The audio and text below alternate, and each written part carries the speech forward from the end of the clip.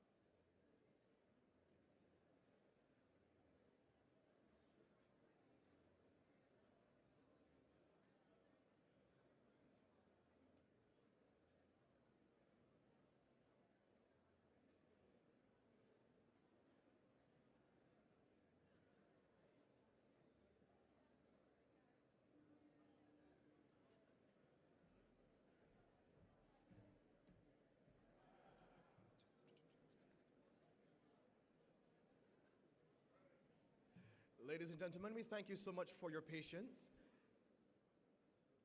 We are awaiting the arrival of the Prime Minister of Barbados, and so we crave your indulgence for a few more minutes as she arrives. Thank you.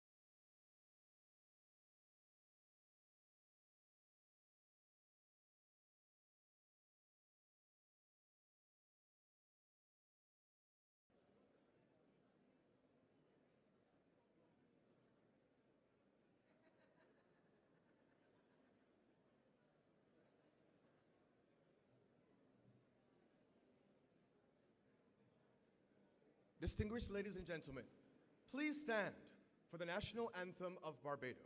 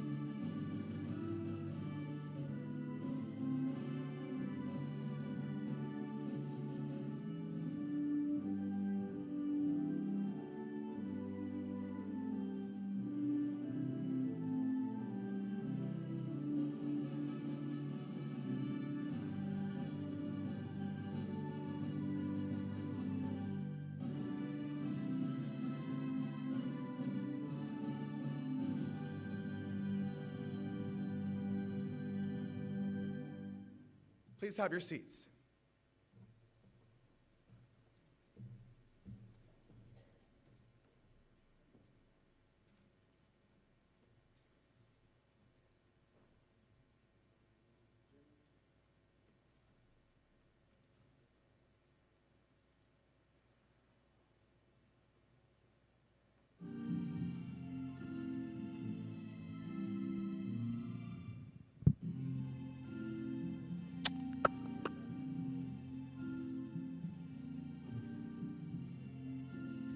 Green, red roses too, I've seen them bloom for me and you, and I think to myself, what a wonderful world. I have seen skies of blue and clouds of white, the bright blessed day and those dark sacred nights, and I think to myself, yes, what a wonderful world. Oh yes it is. The colors of the rainbow, so pretty in the sky, and all the smiling faces of people going by. I've seen friends shaking hands saying, how do you do? What they're really saying is, I love you. I have heard those babies cry, and I've watched them grow. They'll learn many things that I'll never know. Ooh, and I think yes to myself, baby, what a wonderful world.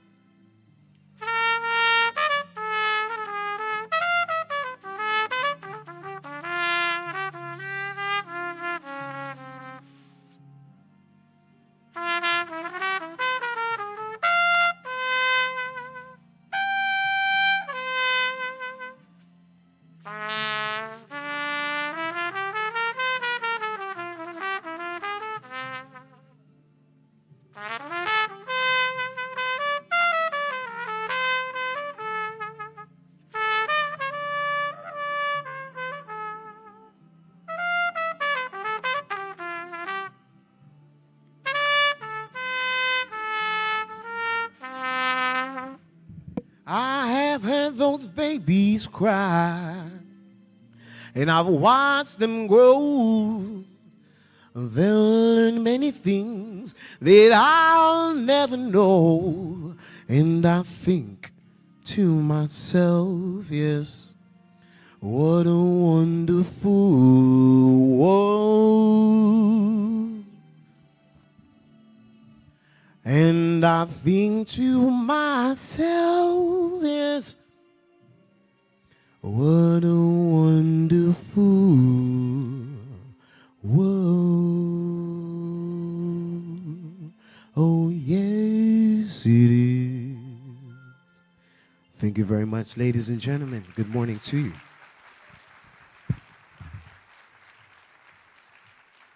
That was Kweku Jelani. What a wonderful world indeed. The Prime Minister of Barbados, the Honorable Mia Amor Mottley.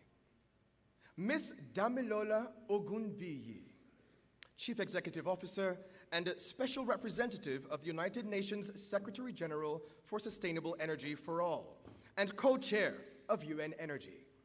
The President of Sierra Leone, His Excellency, the President Julius Maada Bio.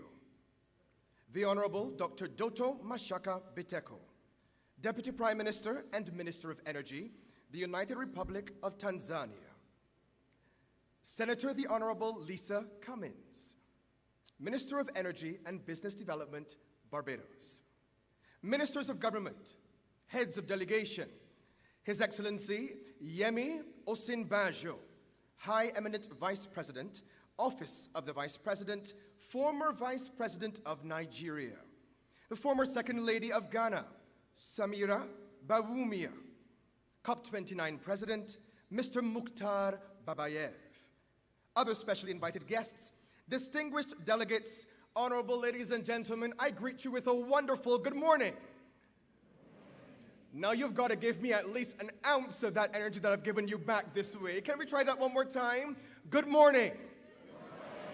It is my distinct pleasure to welcome you to the 2025 Sustainable Energy for All Global Forum being held right here in one of the most beautiful and enchanting islands you will find anywhere in the world. I challenge you. Our home, Barbados. My name is Raphael Saul, and I am honored to serve as your Master of Ceremonies and host for this important and exciting global forum. But I'm conscious this is a global audience, so allow me please to flex a few of the skills I've gained while completing my Duolingo challenges recently. Buenos días a todos. Oh, okay. Bienvenido a Barbados. Estamos muy encantados de que estén aquí. Disfruten de la gente, la comida y las hermosas playas. Was that good? Okay. One more. Bonjour tout le monde. Ça va? Très bien. One more. Bienvenue à la Barbade. Nous sommes ravis de vous compter parmi nous. Profitez déjà de la nourriture et des belles plages. Ce sera une conférence mémorable.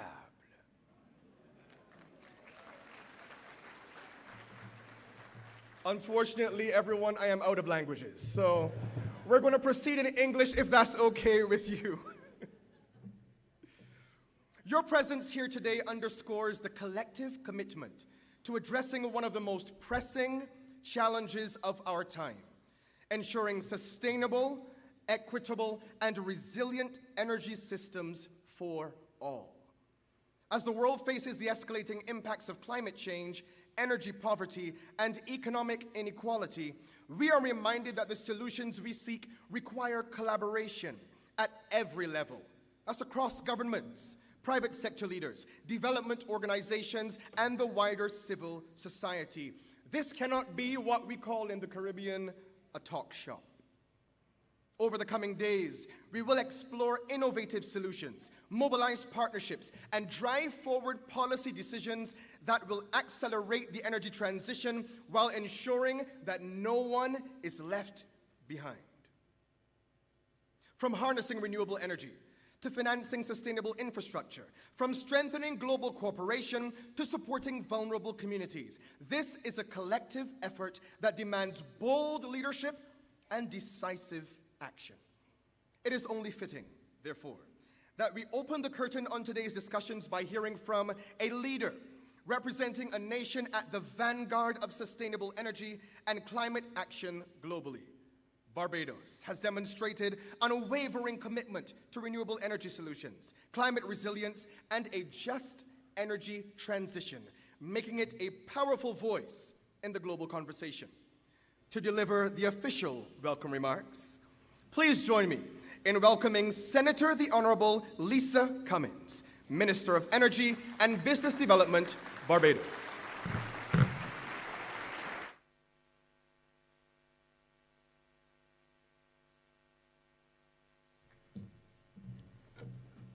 If you could see what I see from up here, you look incredible. I am not Raphael, but welcome to Barbados. Welcome to my home. You look amazing sitting in this room. I want to establish the protocol as outlined by our MC, Raphael, but I want to take a moment to recognize some of our very special guests who have traveled a long way to be here with us today. President of Sierra Leone, we are very honored to have you here, a brother and a friend to Barbados, and our Prime Minister, we are honored to welcome you to our home. Deputy Prime Minister and Minister of Energy of Tanzania, you are a brother and you are a friend, and we are very pleased to welcome you to Barbados, along with your ministers and your members of your delegation to join us on this important occasion. I want also to take the opportunity to welcome my fellow ministers from around the world. We have ministers who have traveled from the African continent, from across the Pacific, small island developing states like ourselves, and you are all here today for a reason.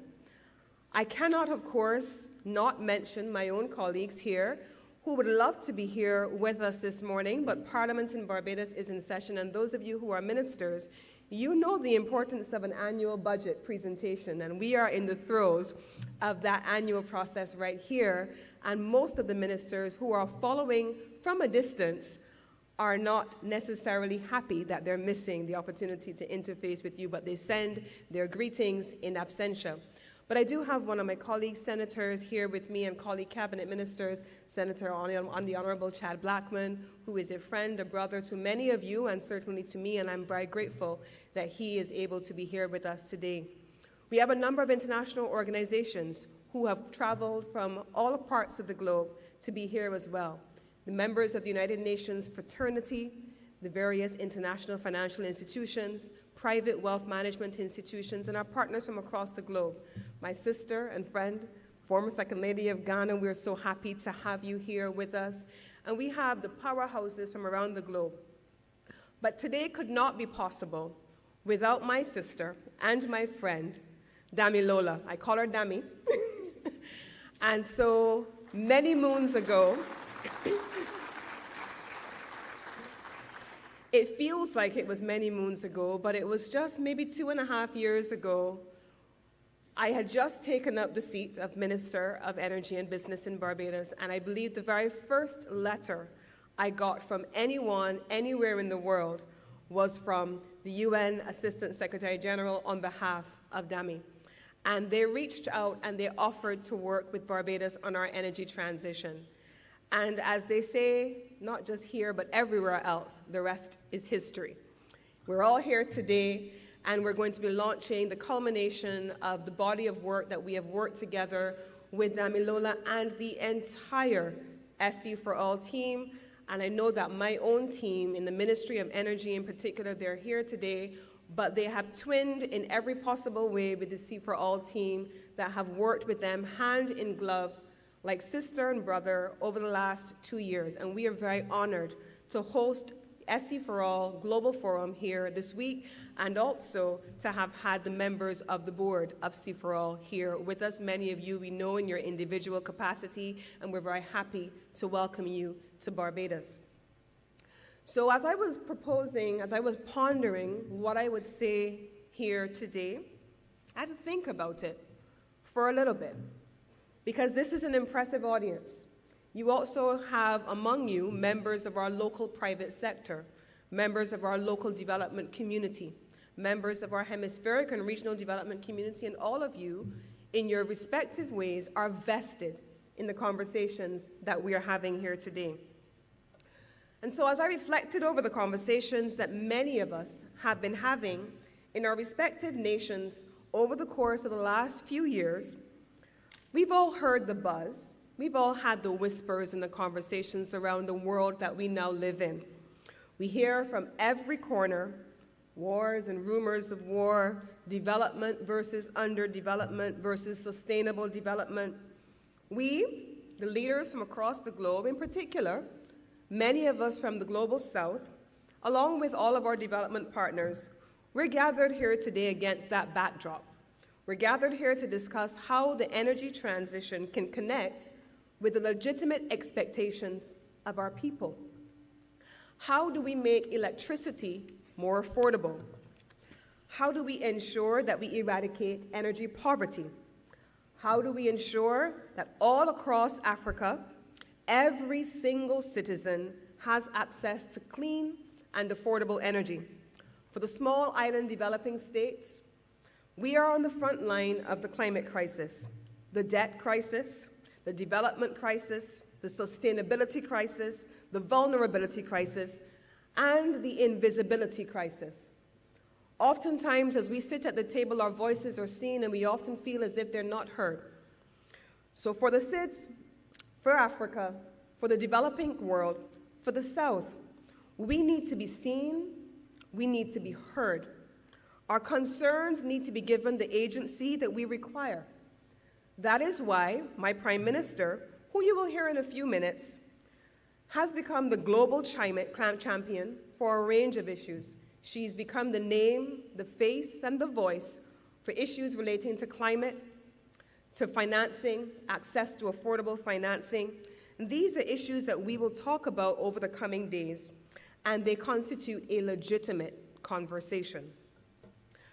From every single corner, it feels as though there is a clear and a present danger. So when in 2011, former UN Secretary General Ban Ki-moon created SEforALL, if you go back and look at the speeches of the times, what we feel, what we see, what we hear now could easily be representative of an entirely different time.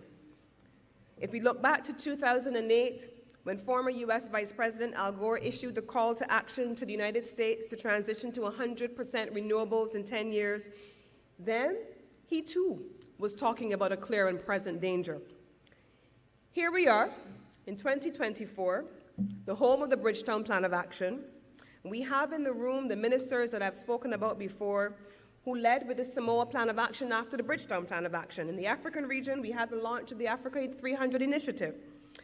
Today, my friends, colleagues, we are still having the same conversations that we have been having for the last several decades.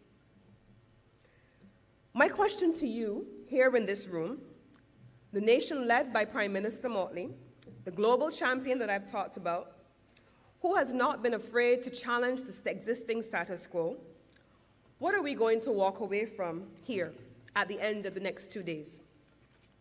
How are we going to use this occasion, yet another watershed moment in our history, where we, like Ban Ki-moon, set our targets for the achievement of our goals? How do we, over the next 2 days, map a pathway to an energy transition that accelerates access to affordable financing to SIDS and all the developing economies? How do we look at the issues of bankability, availability of financing, and balancing the important needs of our people who across the globe have said to us they feel excluded, but they need to be included. They feel disenfranchised, but they need to be enfranchised. They feel as though they don't have empowerment, but need to be empowered.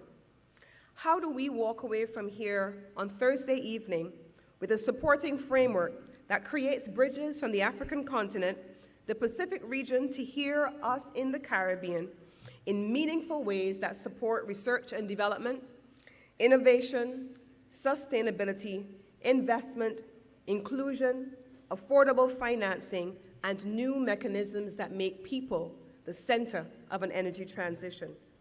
How do we translate legitimate conversations into deliverables, wants, and for all?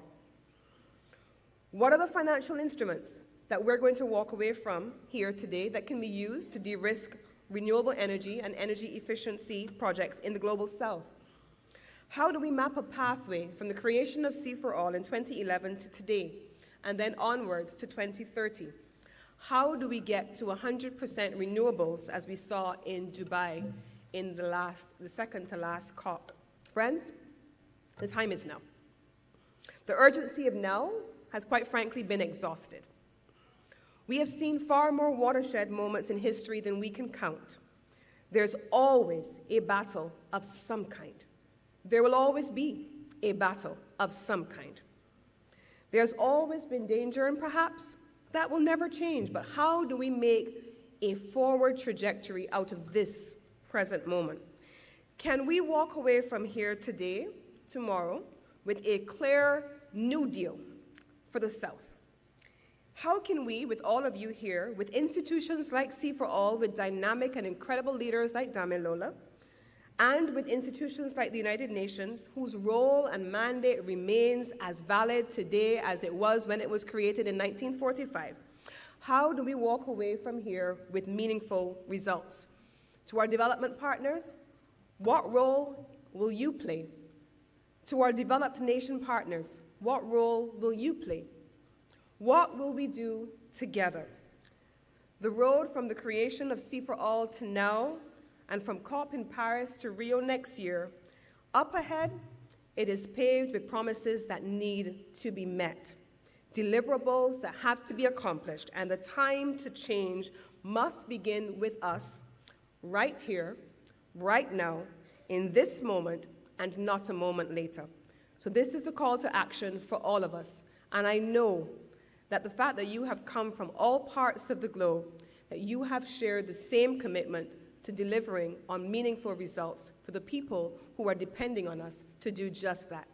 Welcome to Barbados. Our road is set out for us, and we've got a lot of work to do over the next 2 days. Thank you very much.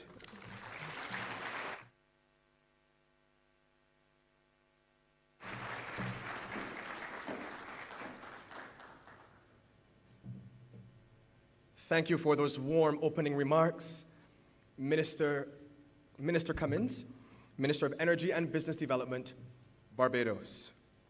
If there were 3 C's I could extract from her presentation, it would be the importance of creativity in the solutions that are designed during this forum, the importance of commitment to ensuring this is an all-of-society approach and collaboration, because private, public sector, and development agencies must work together towards this enterprise. Our next speaker is the Chief Executive Officer and Special Representative of the UN Secretary General for Sustainable Energy for All, and the co-chair of UN Energy, looking absolutely radiant this morning. I'm pleased to welcome Ms. Damilola Ogunbiyi.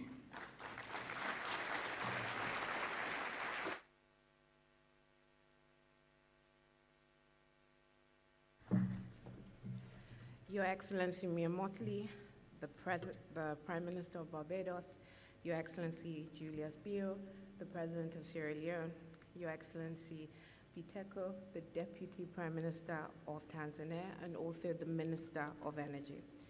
Your Excellency Yemi Oshibajo, SAN, the former Vice President of Nigeria, members of the SEforALL Governing Board. Fun fact, as I was here, I got a text by someone on my team to say, "You are not Minister Cummins, read your speech." So I'm going to read my speech as they have presented it to me, because I think she articulated it very well, and my team will actually kill me if I don't. So, honorable ministers, esteemed colleagues, friends within the UN family, World Bank family, and also African Development Bank. Ladies and gentlemen, I am so pleased to welcome you to the 6th edition of the Sustainable Energy for All Global Forum. I do not take it for granted that many of you had to travel a very long way to be with us today. We value your presence here today and look forward to working with all of you to make this forum, as Minister Cummins said, a really meaningful milestone towards our shared goals on energy, climate, and development. I also want to share my appreciation and wish everyone who observes Ramadan and Lent the best during this holy time. Please know that your dedication to the cause of the global energy transition does not go unnoticed. And finally, I'd like to express my greatest appreciation and gratitude to Her Excellency Mia Mottley, my sister, Minister Cummins, the entire government of Barbados, who have been wonderful, and also the people of Barbados for co-hosting this year's forum in Barbados. Excellencies, ladies and gentlemen, energy is more than a commodity. It is a human right.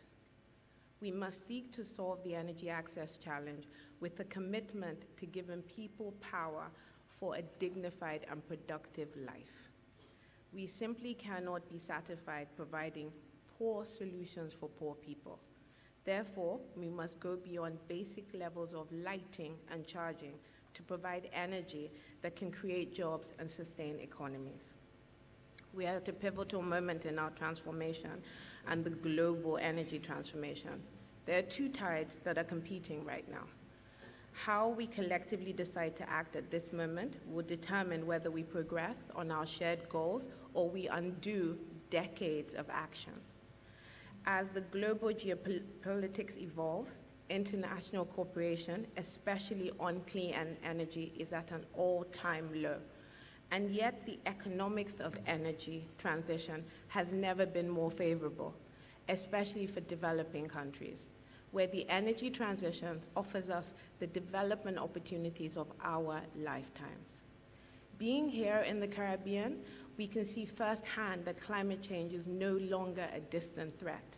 It is affecting here, affecting communities, affecting economies, and affecting ecosystems, from flooding in coastal communities to heat distress in agricultural regions.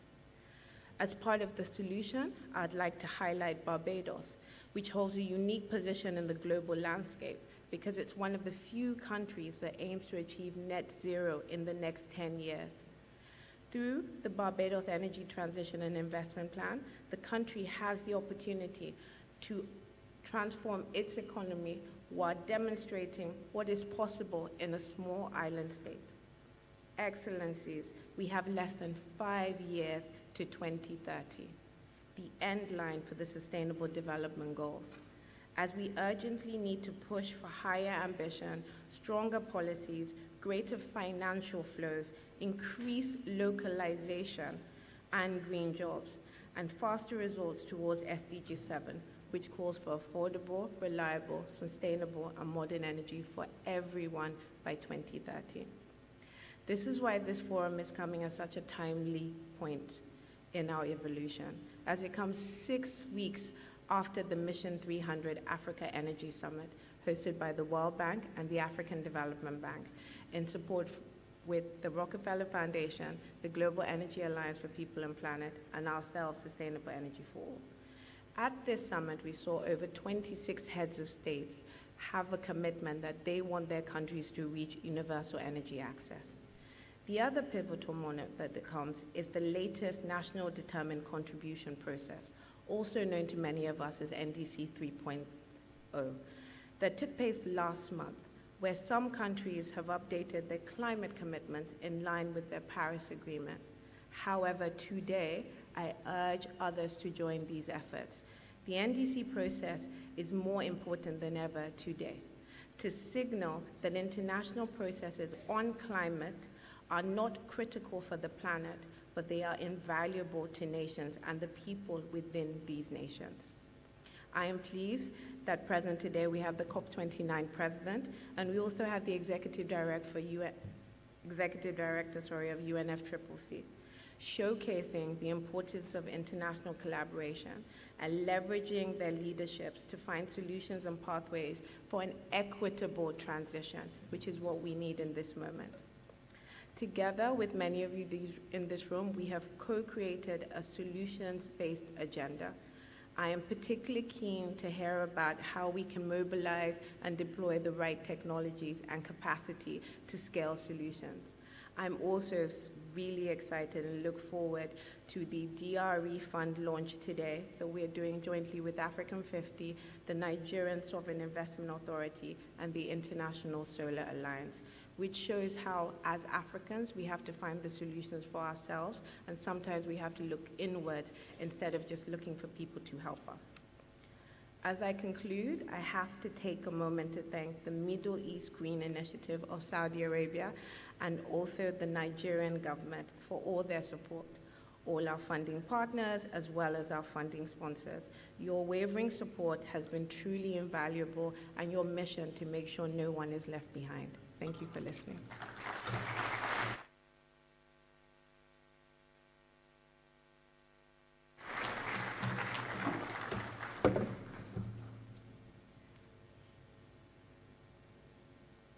Thank you so much, Damilola. Sustainable Development Goal 7 aims to ensure access to affordable, reliable, sustainable, and modern energy for all by 2030, encompassing targets like universal access to energy, increasing renewable energy, and doubling the global rate of improvement in energy efficiency. It is most fitting, therefore, that we now hear from Ms. Amina Mohammed, the United Nations Deputy Secretary General, joining us by video this morning.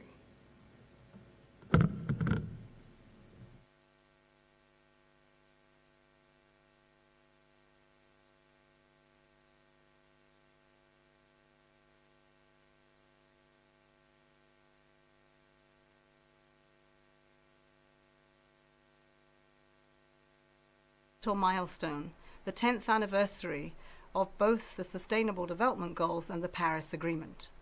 A decade has passed, and while progress has been made, we remain far from our targets. Fossil fuel emissions continue to rise, renewable energy investments in developing countries are insufficient, and too many people still lack access to clean and affordable energy. At the heart of this challenge lies SDG 7, ensuring access to affordable, reliable, sustainable, and modern energy for all. It is critical to achieving our climate and development goals. However, we cannot ignore the scale of the challenges we face: a lack of accessible and affordable finance, severe debt distress, and high capital costs. Yet the solutions are within our reach: reforming the international financial architecture, creating coherent policy and regulatory frameworks, updating risk assessments to account for climate risks, and leveraging innovative finance to unlock capital at scale. This year's forum is particularly significant, as it marks the first time it has been held in the Caribbean, a region that exemplifies both the promise and the peril of energy transitions. While electricity access is near universal, there remains a heavy dependence on expensive and polluting fossil fuel imports. Barbados, our host, is already leading the way, setting a bold example with its commitment to 100% renewable energy by 2030. This level of ambition must be embraced worldwide to drive a just and sustainable energy future. Excellencies, 2025 is the turning point. The solutions do exist, the technology is here, and the economics are favorable. But time is running out. We've just 5 years to 2030 to close the energy access gap and to halve emissions if we're to stay on track for our 1.5-degree target. The urgency for bold collective action cannot be overstated. As you engage in these crucial discussions, I urge you to focus on 3 guiding principles. First, collaboration is more crucial than ever. We must work together across sectors, ministries, actors, and regions to make progress. This means collaboration between government ministries, between state and non-state actors, between multilateral, regional, and national development banks, and by working closely with the UN resident coordinators to ensure alignment with national priorities and accelerate implementation on the ground. Second, creativity is needed to address the complexities of our diverse challenges. Some countries must modernize utility-scale grids to integrate renewables and phase out coal and gas, while others will expand decentralized and flexible renewable-powered systems. Innovation is the key to unlocking solutions that work for all contexts. Third, coherence between national energy strategies, development priorities, and climate ambition. This will all be essential. Action to accelerate SDG 7 must be fully aligned with the transition away from fossil fuels. National climate plans and NDCs, due before COP30 in Brazil, must serve as roadmaps for transforming economies and societies to be 1.5 Celsius aligned, resilient and prosperous. The United Nations stands with you to turn these principles into decisive actionable outcomes. Excellencies and friends, our window for action is closing, and we cannot afford to delay. This is a moment to transform commitments into results. A cleaner, fairer, and more resilient energy future is within our reach. Let's work together, rise to the challenge, and turn our collective ambition into tangible impacts. Thank you.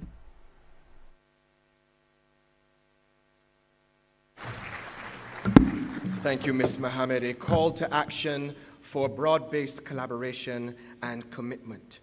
Continuing our opening statements in this opening plenary session, I now invite COP29 President and representative of the President of the Republic of Azerbaijan on climate issues, the Climate Envoy, Mr. Mukhtar Babayev.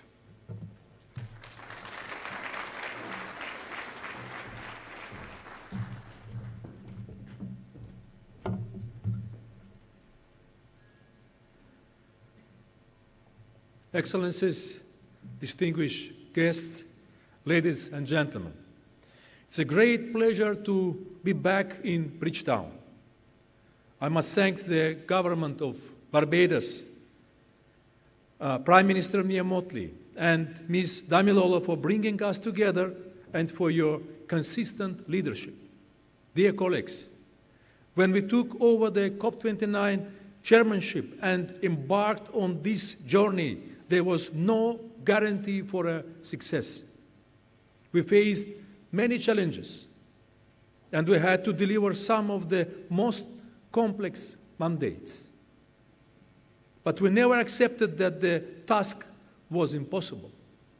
We knew that outcomes could not be everything for everyone.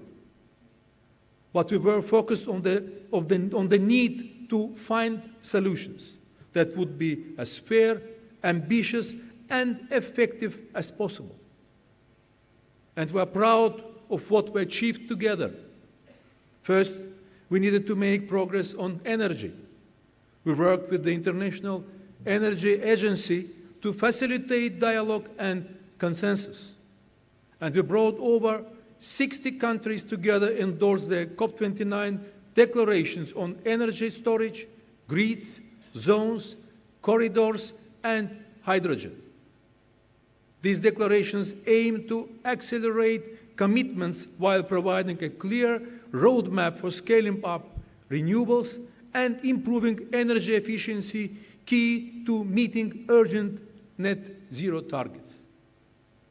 Thus, the COP29 presidency's energy pledges will foster cooperation, strengthen political commitment, and drive meaningful action. They will support technology innovation, infrastructure development, interconnection, and other critical aspects of sustainability and energy efficiency. I take this opportunity to invite all those who have not yet supported to join COP29 energy initiatives, helping to make them as inclusive and globally impactful as possible. Dear colleagues, the final Baku finance goal was a historic commitment. It was a promise to mobilize $300 billion a year for the developing world by 2035. It tripled the previous goal and is the largest financial commitment ever made in the UN negotiations. It will provide investment in clean energy systems for communities around the world. And it sent a clear call to scale up finance from all sources to $1.3 trillion a year. The COP29 presidency will work to ensure that countries enact the pact that they will have made. This was a collective agreement, and collectively it must be delivered, with developed countries taking the lead.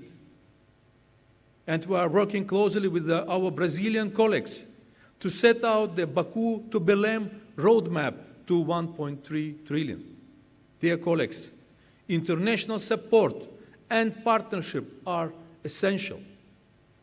But at the same time, everyone needs to play their part to create the enabling conditions for the energy transition. This year is critical because all parties to the Paris Agreement must submit their national determined contributions. Every country must aspire to design its NDCs, making them both ambitious and actionable. UNFCCC Executive Director, Mr. Simon Steele, has already spoken on the need for countries to submit their NDCs by September at the absolute latest. This is necessary so that they can be synthesized ahead of COP30 and we can make decisions based on facts about our collective progress.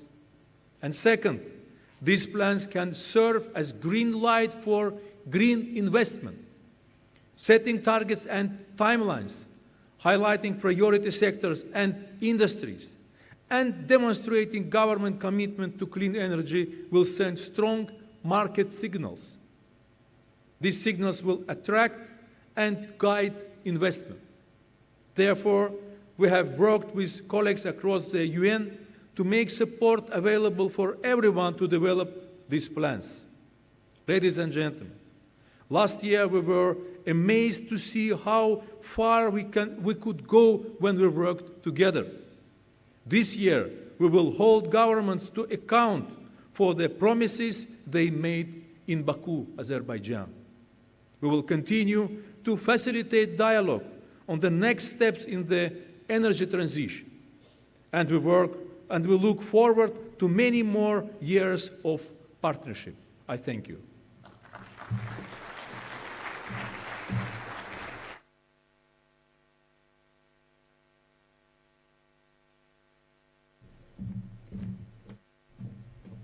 Thank you for your opening remarks, Mr. Mukhtar Babayev, COP29 President. We're making a slight adjustment to our schedule at this time, and I'm pleased to welcome Dr. Kassem Falata, Senior Advisor, the Middle East Green Initiative, to bring his remarks.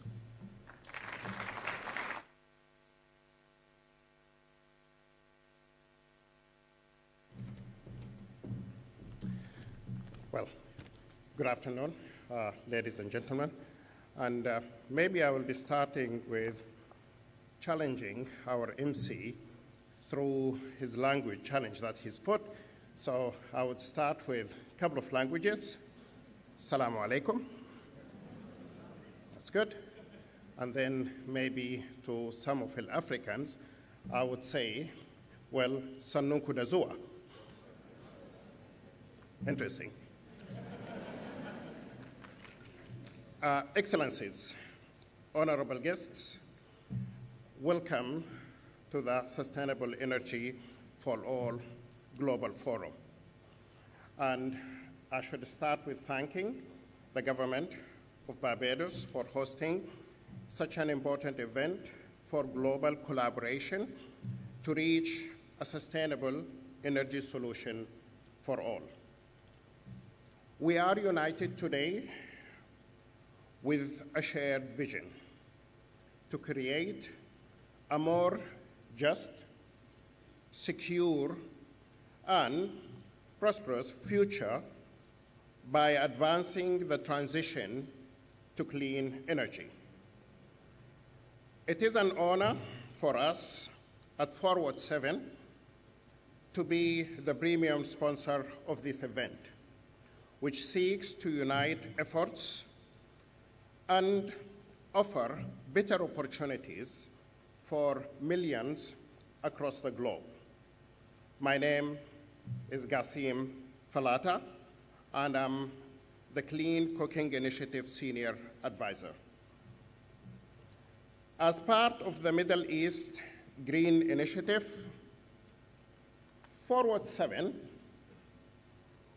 is dedicated to providing clean cooking solutions to communities that suffer from their reliance on traditional cooking methods.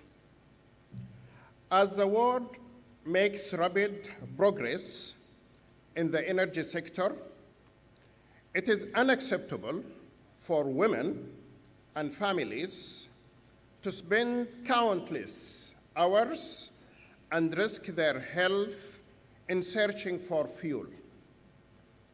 Women often spend around 20 hours a week gathering solid fuel, and approximately 4 million lives are lost prematurely due to inhalation of smoke from wood and coal stoves. We strongly believe that achieving the Sustainable Development Goals is impossible.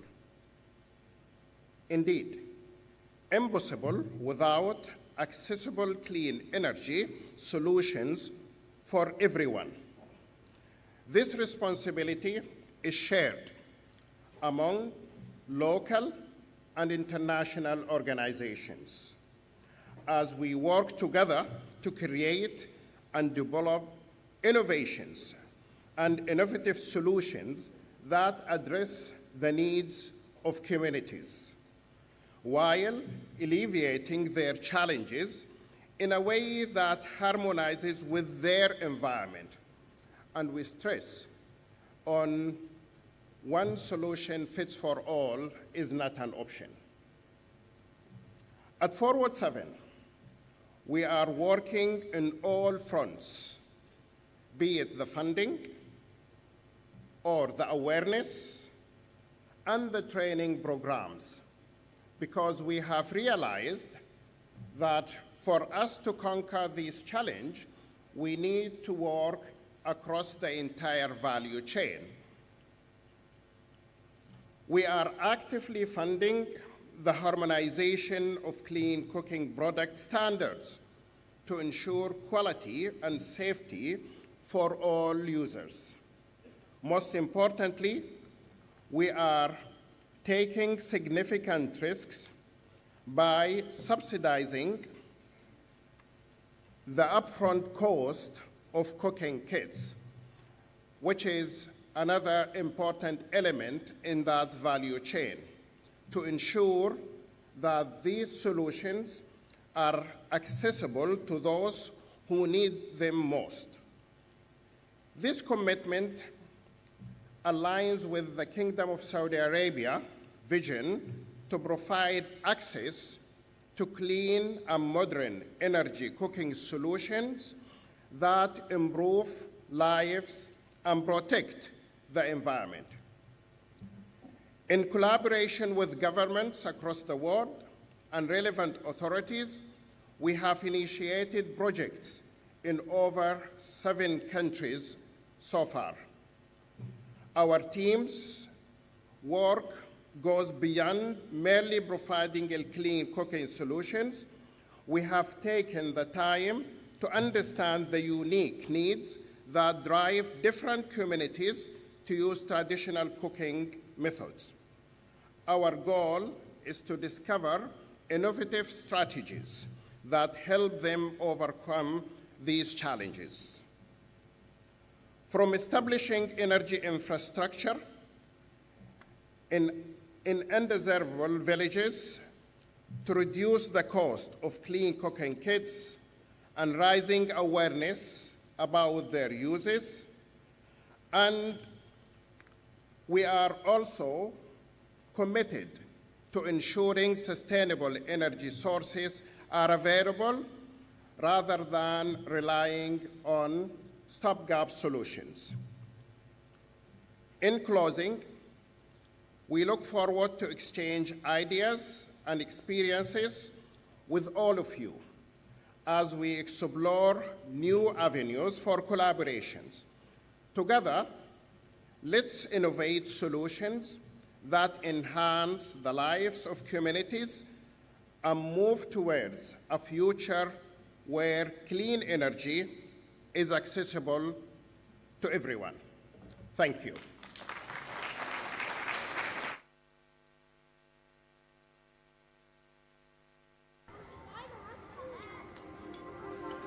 Enjoying a calm dinner with loved ones is priceless, but it can come at a significant cost.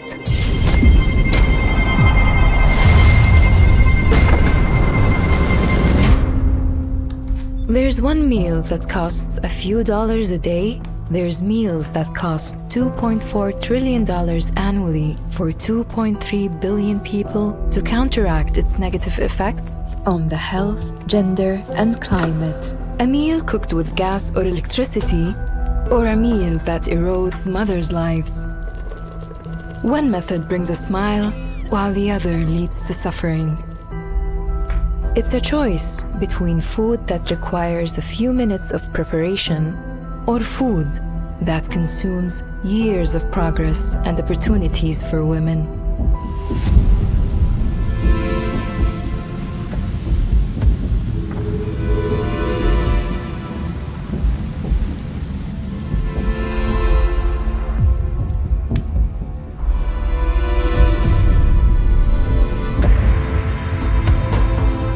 Through the Middle East Green Initiative Forward 7, millions will have access to clean cooking solutions. Our goal is to support a world where everyone can have access to healthy cooking.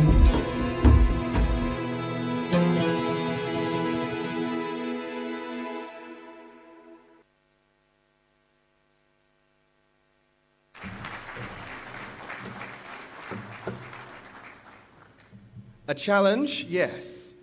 An opportunity, absolutely.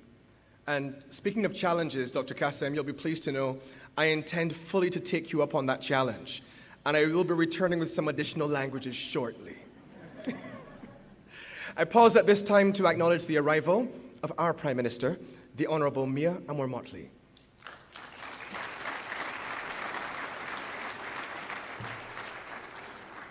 I'm pleased to invite our next opening speaker, the Honorable Dr. Wale Edan, Minister of Finance and Coordinating Minister of the Economy of Nigeria.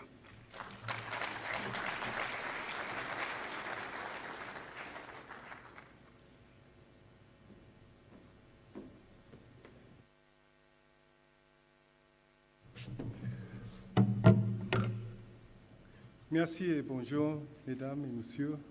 Don't worry, you don't have to go for your headsets. Her Excellency, the Prime Minister of Barbados,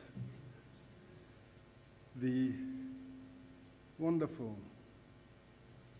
Mia Amor Mottley, a daughter of the Caribbean, a daughter of Africa, and a powerful voice on the world stage for development, for climate action, for economic justice, and all that is good and fair in the world. Thank you for hosting this important event.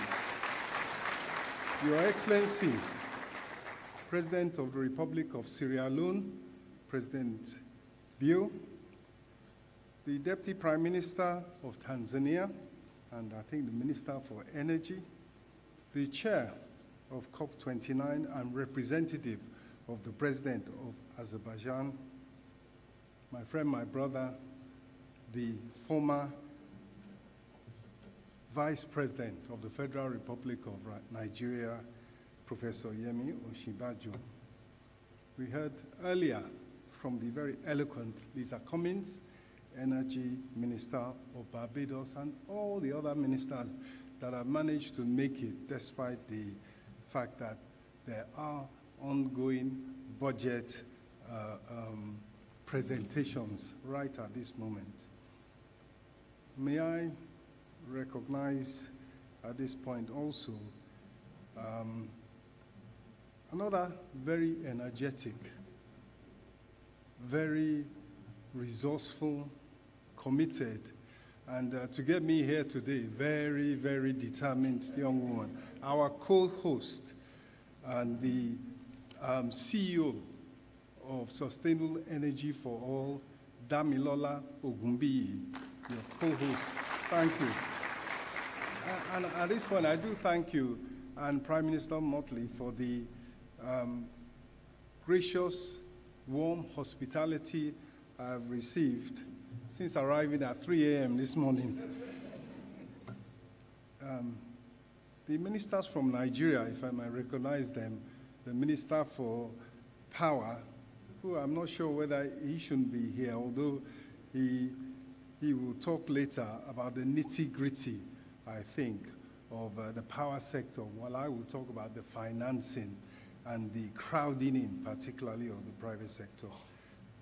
Chief Bayo Adelabu, and we also have the Honorable Minister for Environment, Balarabe Abbas Lawal, Honorable Minister of Environment from Nigeria.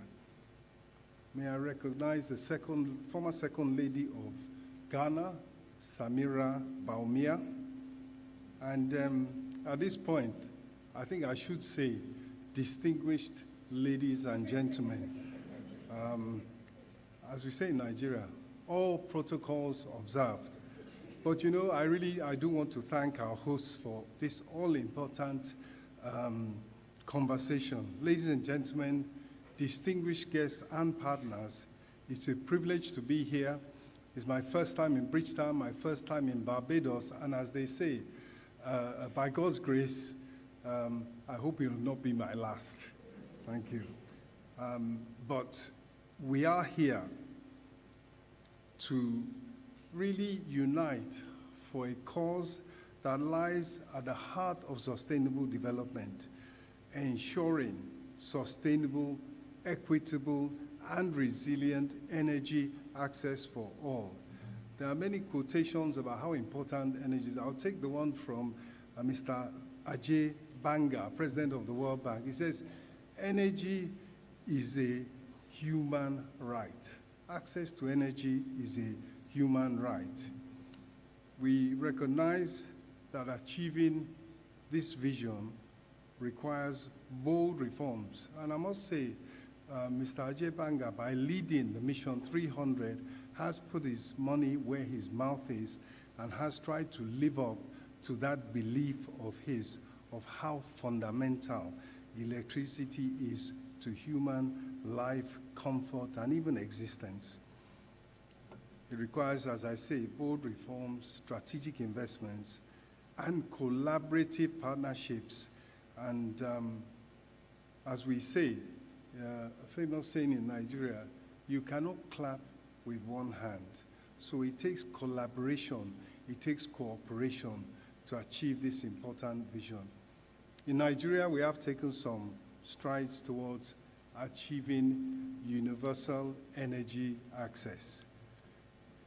The Honorable Minister for Power is nodding approvingly, so I feel comfortable to say further that I'd like to highlight Nigeria's ongoing efforts to transform our energy landscape. Nigeria's commitment to sustainable energy transition is reflected in a series of transformative initiatives designed to improve access, promote efficiency, and ensure energy security. In 2022, with the support of Damilola Ogunbiyi and SEforALL, the Nigerian government launched its Energy Transition Plan, ETP. And it's a strategy that's designed to tackle the dual crisis of energy poverty and climate change so as to achieve the all-important SDG 7 by, we hope, 2030, as well as net zero by 2060, while also providing energy for development, industrialization, economic growth, modernization of the society. Nigeria's ZTP is built on decarbonizing 5 highly polluting industries: power, cooking, transport, industry, and oil and gas. Our reforms have played a crucial role in transforming the energy sector through the adoption of, we're not there yet, but more cost-reflective tariffs is the way I would put it, improving market dynamics, and encouraging the all-important private sector investment, without which you really are not going to be able to fund. Government does not have the balance sheet to fund such. And these reforms have helped unlock funding for renewable energy infrastructure. Let me just say, it's also noteworthy that Nigeria is aggressively driving Mission 300, an initiative led by the World Bank and the African Development Bank, as we know, to halve the number of Africans without electricity by 300, and by providing access to electricity to 300 people who did not have it before. And as we know, Nigeria being the largest by population and even by economics on the continent, it is the major beneficiary of Mission 300, and so we are keenly pursuing that initiative. And we're also prioritizing areas where grid expansion is challenging, ensuring that marginalized communities gain access to clean and affordable energy. The M300 builds on the success of what we have already done, the Nigerian Electrification Program, which connected over 1 million households to sustainable energy, and now seeks to connect over 3.5 million households under the DRA, Distributed Access through Renewable Energy Scale-Up Program. We call it DARES. In furtherance of this program, IFC committed $70 million to 5 Nigerian renewable electricity service companies just recently to strengthen their balance sheets and long-term resilience. We have other milestones which we feel represent progress in this important area. But as we reflect on these milestones, I urge us all to recognize that it is not just about Nigeria. In case I seem to be concentrating too much on Nigeria, it is about the collective global journey towards a sustainable energy future where no one, no community is left behind.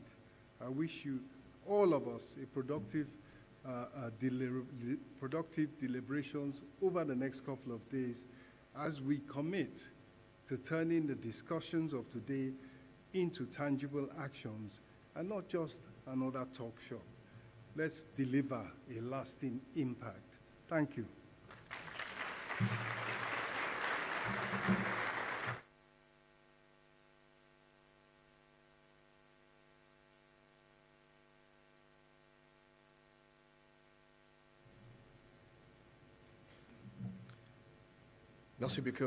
Merci beaucoup, monsieur. The Honorable Dr. Wale Idel, Minister of Finance and Coordinating Minister of the Economy of Nigeria. There's a quotation that I found as you were speaking, sir, that I thought was quite relevant. If you really think that the environment is less important than the economy, try holding your breath while you count your money. A quote by Guy McPherson. I'm pleased now to welcome to the stage the Honorable Doto Mashaka Biteko, Deputy Prime Minister and Minister of Energy from the United Republic of Tanzania. Please welcome him as he comes.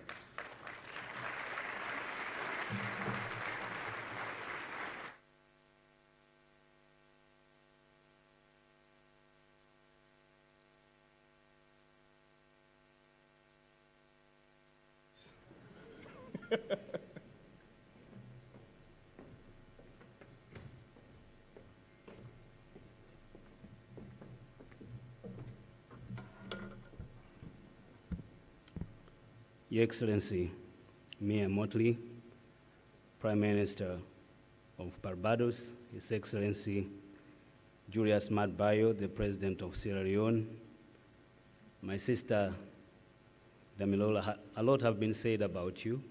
I have mine, probably I will share with you later. On the testament, she was pressing so much for us to join her on this August gathering.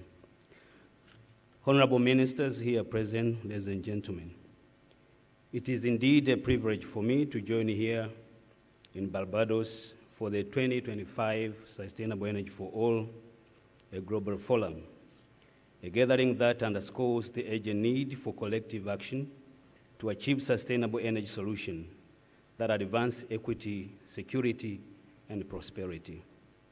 I extend my deepest gratitude to Honorable Mia Mottley, the Prime Minister, and the people of Barbados for hosting this important event. This forum, ladies and gentlemen, comes at a critical moment in our global energy transition.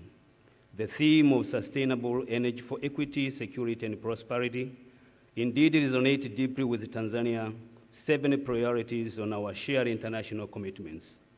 Now more than ever, we must catalyze actions and investment that enable countries to achieve their energy access, climate, and development goals.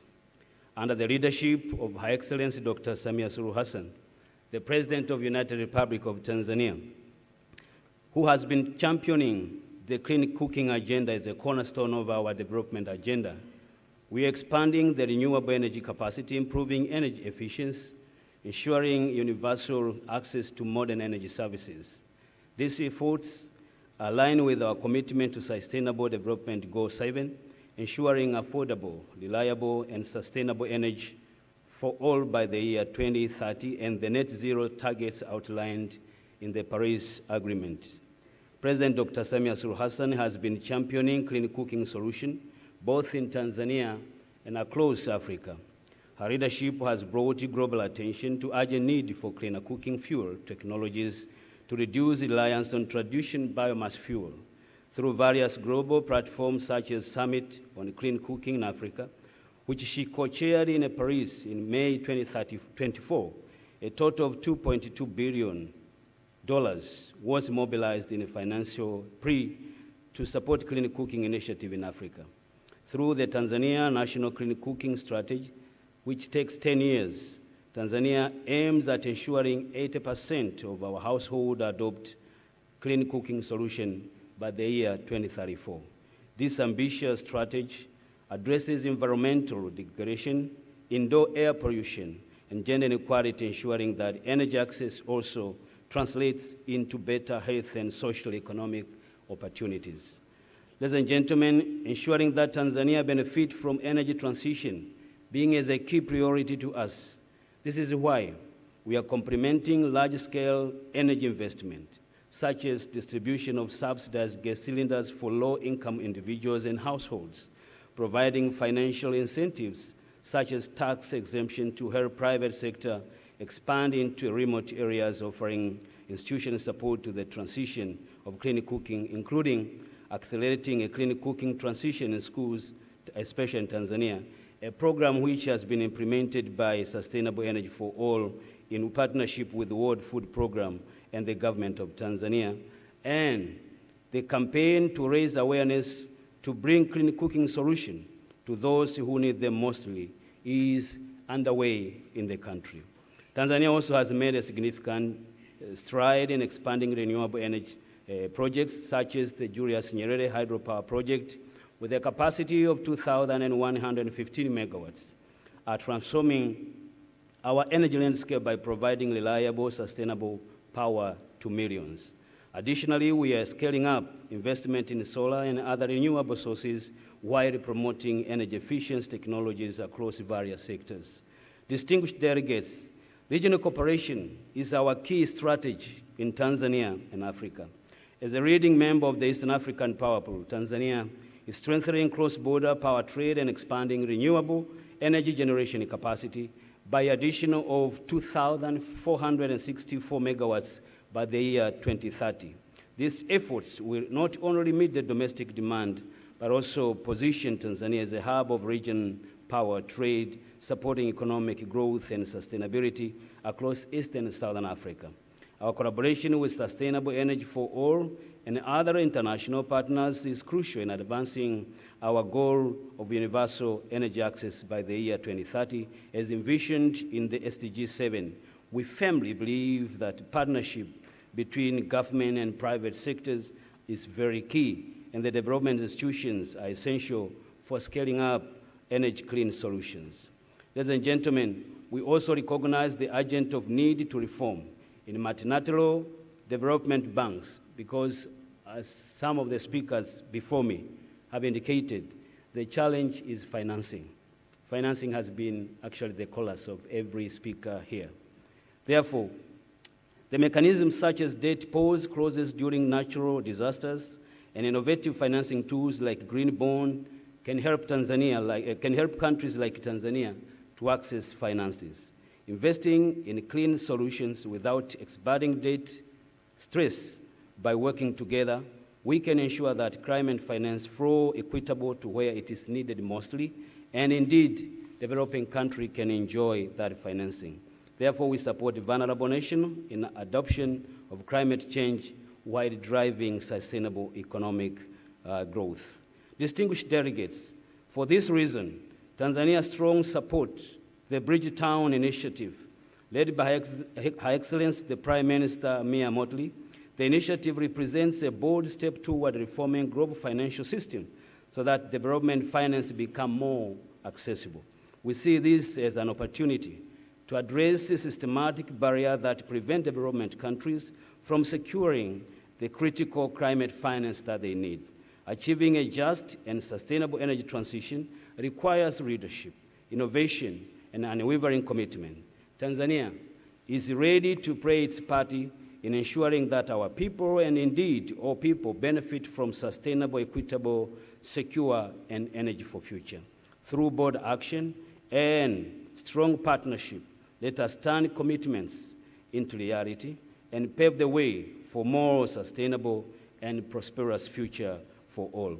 I thank you for your kind attention.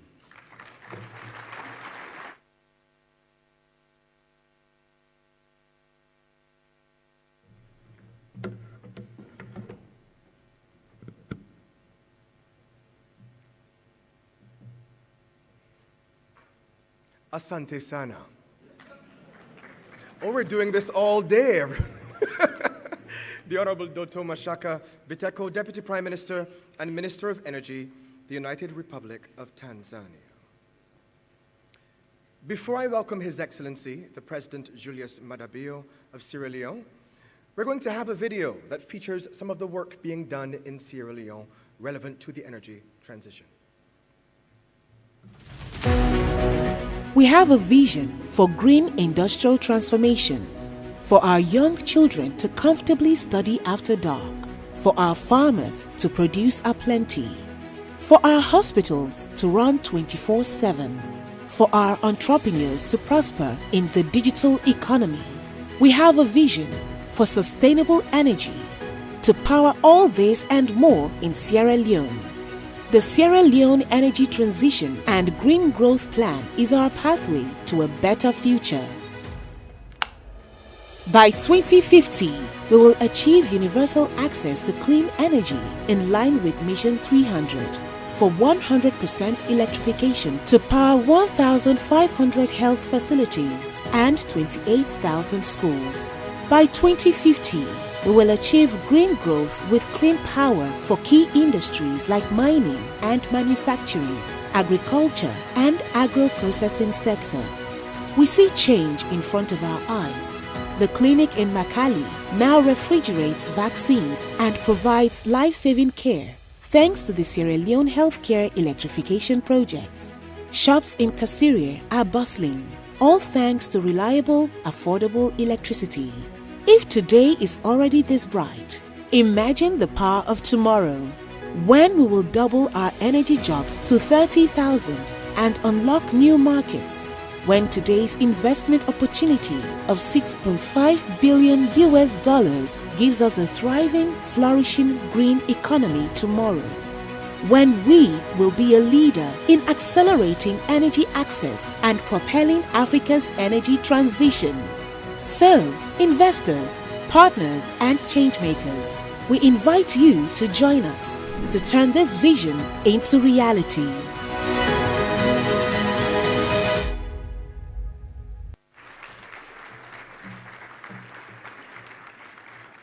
It is now my distinct honor and privilege to welcome to the platform the President of Sierra Leone, His Excellency, President Julius Maada Bio. Please stand.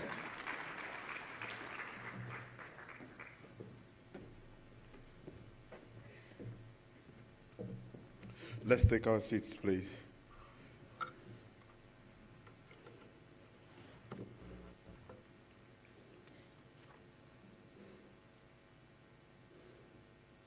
Mr. Moderator, you've done a great job so far. I want to recognize you first.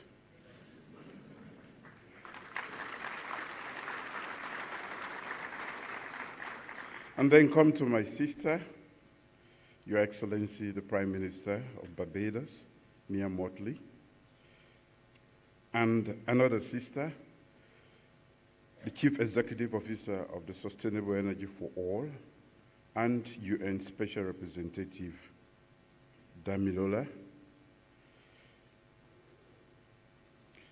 I want to also recognize my brother, the former Vice President of the Federal Republic of Nigeria, a great man, but very quiet. He's here. And my sister, the former Second Lady of Ghana. And of course, all of you distinguished guests, ladies and gentlemen, but more specifically I came with a delegation from Sierra Leone with the Minister of Finance, Minister of Health, and many other.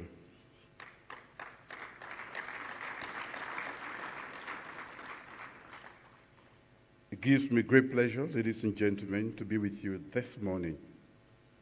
For the first time, I'm in Bridgetown, Barbados. This is my first time in the Caribbean.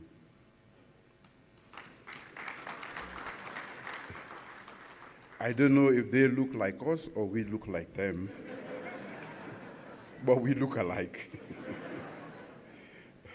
And this is basically for the 2025 Sustainable Energy for All Forum, which has been convened by our two sisters.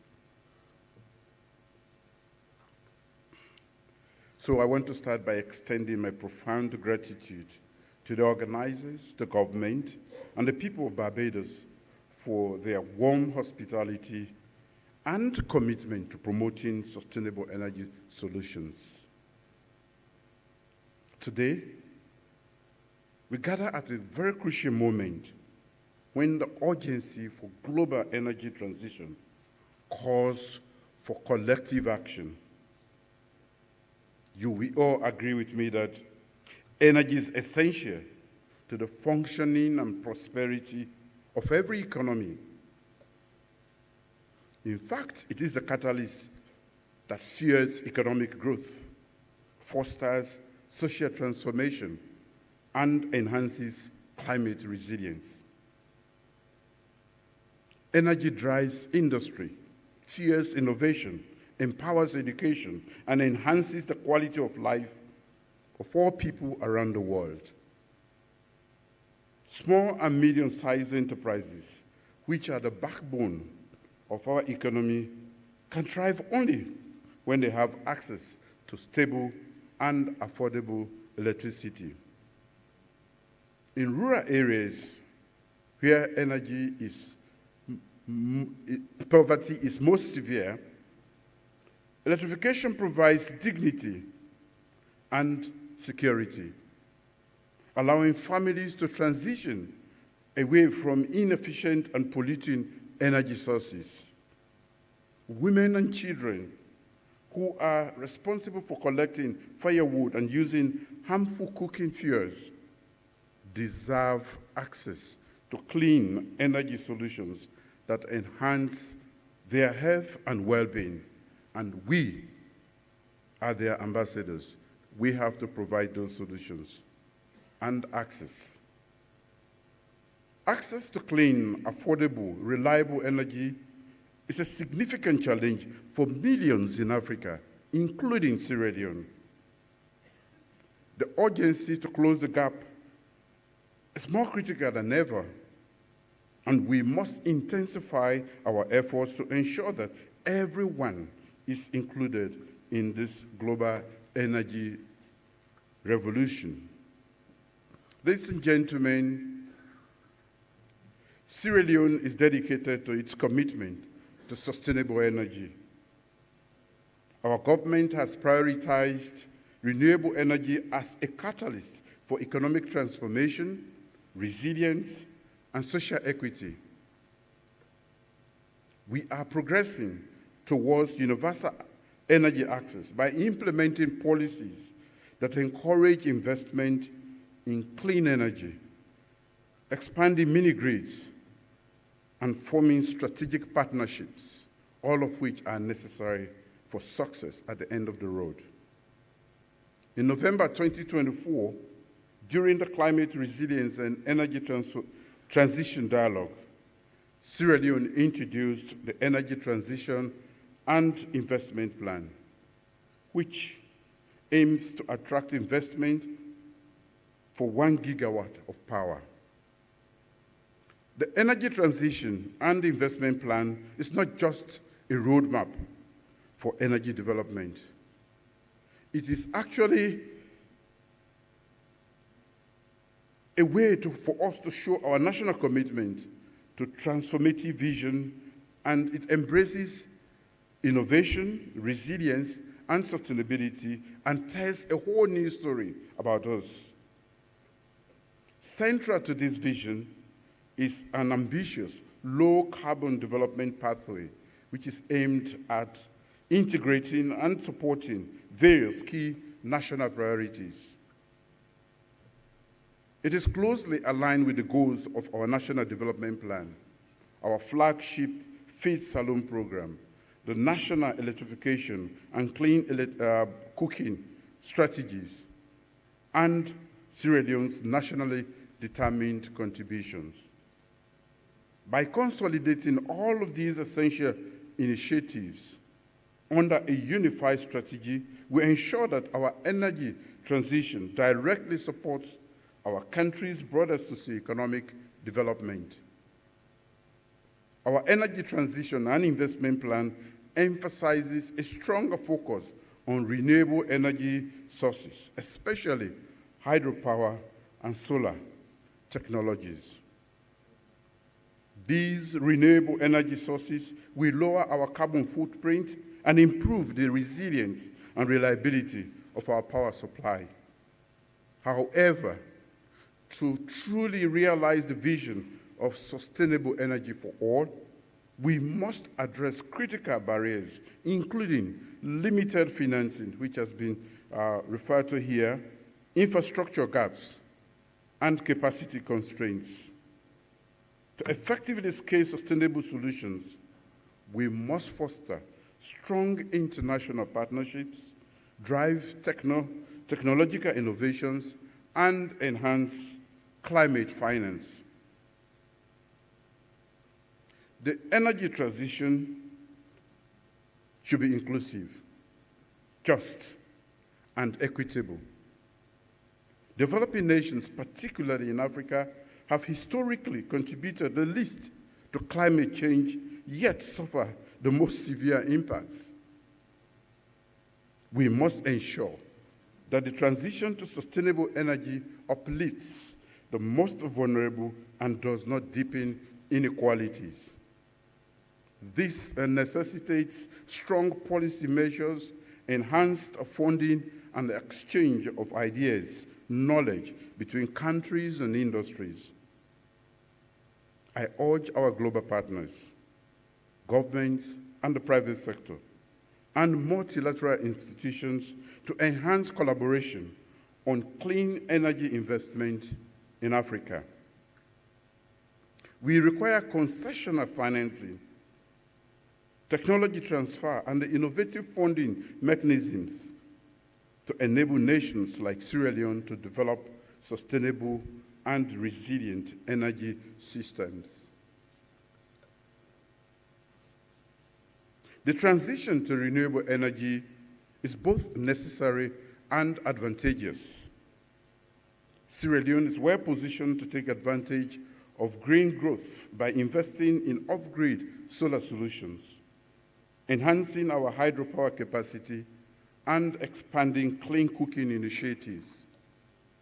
These initiatives will generate employment, promote industrial growth, and support our climate goals under the Paris Agreement. Energy access should be closely aligned with digital transformation and industrialization. By leveraging digital solutions, we can improve energy efficiency, optimize distribution, and enable local communities to promote sustainable development. I encourage all of us to transition also from talk to action.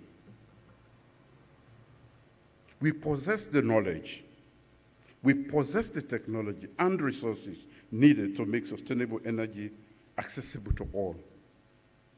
The drive to drive this transformation, we need strong political will, and that is why I'm here. Courageous leadership and steadfast partnerships that we seek everywhere. Sierra Leone is prepared to contribute to this global effort. We are dedicated to collaboration with regional and international partners to develop solutions that will ensure a cleaner, more sustainable, and prosperous future for all of us. When we work together, we can drive our progress forward. By working together, we can light up every home, support every entrepreneur, and educate every child. So, let us act now and make energy the foundation for a brighter and more prosperous world. Thank you for your attention.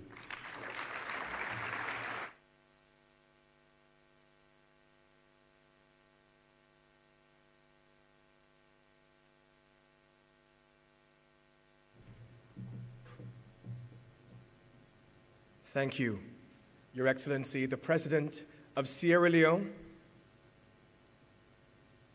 President Julius Maada Bio. And I do agree, Mr. President, I think we do look quite alike. The year was 2010, and I was traveling to South Africa. I met an immigration officer who was not familiar with Barbados. At the time, I said to her, "Do you know about cricket, cigar fuel sobers?" And she immediately said, yes. A few years later, I was traveling in North America, and I was again asked, "Where is Barbados? Do you know about it?" "I don't know about it," rather. I said, "Do you know Rihanna?" And she was like, yes. In 2022, I was on a business trip overseas, and I met a colleague who works in a similar space. And she came to me and said, "Are you from Barbados?" And I said, yes. Her response was, "I know you're not rich on material resources, but we would trade you anything for your Prime Minister."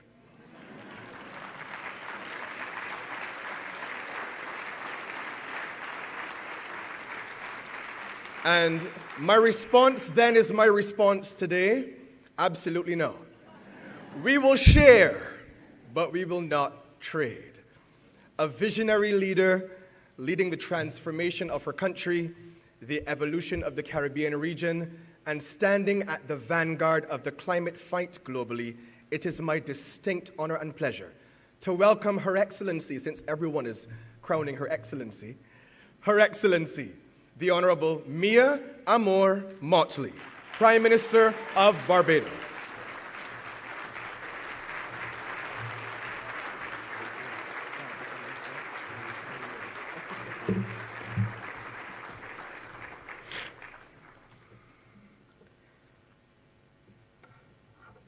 Thank you very much, my dear friend.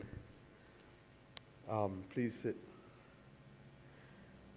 I think you realize by now that my voice has known better days, but nevertheless, it is my pleasure and honor to welcome all of you to Barbados, and to those from our nation to join with you in welcoming our friends to our lovely home.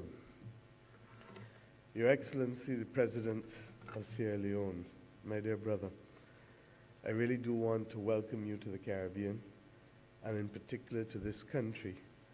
Our two countries, I believe, have more in common and more linkages historically than most people are aware. Sierra Leone, Liberia, the Gambia are the countries that are not normally called in our relationship with Africa. But we know that once we start to unfold the historical linkages, people will appreciate why you say we look like each other. My dear brothers and sisters, ministers in particular,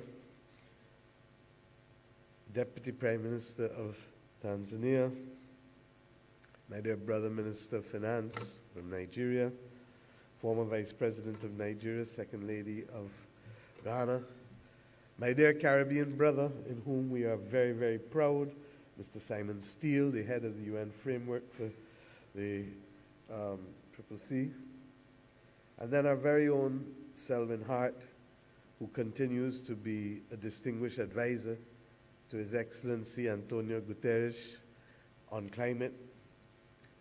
Ladies and gentlemen, the MC said that he wouldn't trade me, that he would share me. And perhaps the word share is at the core of the few remarks that I want to make with you today. Because in a very real sense, the world as it stands today is confronted with a very difficult reality, an understanding that the climate crisis is propelling us in ways that ordinary people feel, know, are displaced. But at the same time, in spite of the valiant efforts of my dear brother, the President of COP29 in Azerbaijan, the financing companies and governments of the world are saying otherwise. And ordinary people are asked to reflect on what is my reality and how do I prepare for this reality. At the same time, how do I recognize that I'm going to need to change my behavior as governments, as citizens, if we are going to overcome both the hurdles of development and the critical need to build resilience among our people. When we speak of energy in the Caribbean, we are fortunate that the majority of our people have access to energy. But we ignore the fact that across the global south, that there are, of the 1.4 billion people in Africa, 600 million people who remain without electricity. We're thankful for the leadership of the World Bank and its president, Ajay Banga, for committing to wanting to have that 600 million and to secure for 300 million energy. But 300 million people is inconceivable to us in a small rock whose population is less than 300,000 people. And the notion that we can continue with business as usual, with persons being denied access to energy, is at the core of national instability, regional instability, and ultimately global instability. I want to suggest to you that the confluence of both the climate crisis and the lack of basic energy for propelling development means that we have to redouble our efforts in spite of those who would wish now to put brakes on access to financing for ordinary people to be able to secure their future. Ordinary people need energy. It is what has propelled growth in the last few centuries in ways that mankind never contemplated could happen, to the point where our own engagement with our own sense of who we are as humanity is being put to the test with the ultimate output of energy in the form of AI. By the same token, wildfires that ravaged California in ways that are apocalyptic, or droughts that continue to affect East Africa, or hurricanes that have decimated islands that have been dear to our heart, from Caracou to Union Island, or storm surge that has delivered a body blow to my own people and my own country here with Hurricane Beryl last year, to the point where you know that aspects of our development will have to be deferred in order to meet the very critical objective of coastal resilience and the rebuilding of coastal infrastructure, as well as our own fishing industry. These events are not in a fiction book. They are real. And the reason why I said that your word share will come to be at the center of all that we speak about today is that we are going to have to use a good cricketing term for those of you from the Commonwealth and take fresh guard again.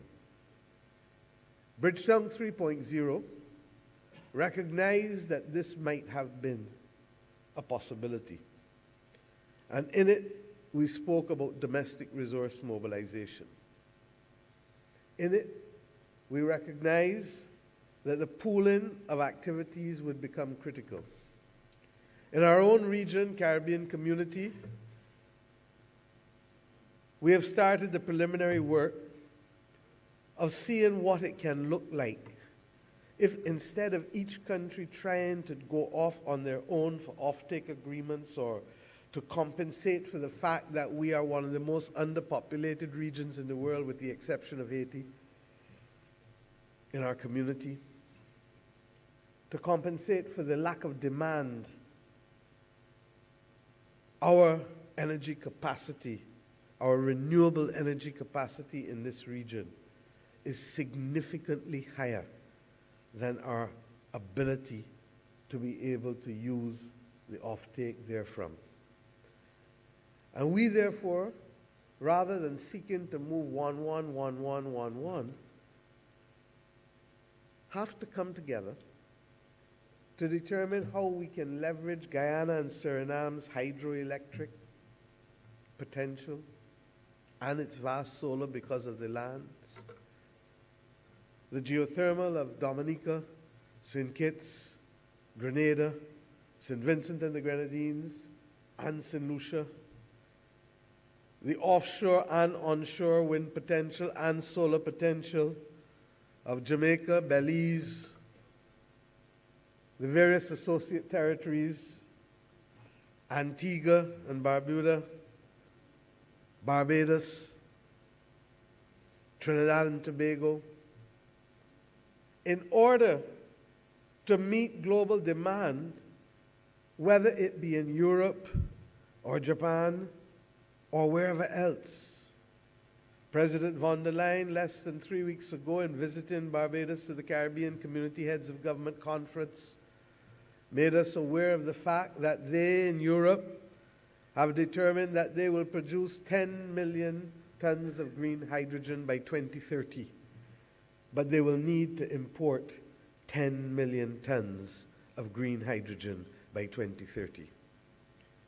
And while there has been much commercial activity between Europe and Africa, the reality is that within our own community, Trinidad and Tobago has stood as a credible and large supplier of ammonia, not just in this region, but to Europe already.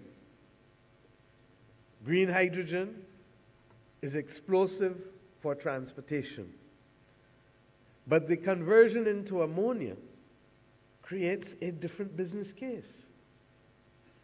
And I stand here today to tell you that if we tried to walk this journey alone, we would be having a lot of polite conversations in the margins and on verandas about what could be and what might be.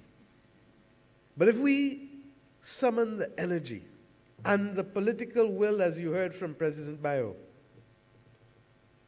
to recognize that in partnership we can achieve so much.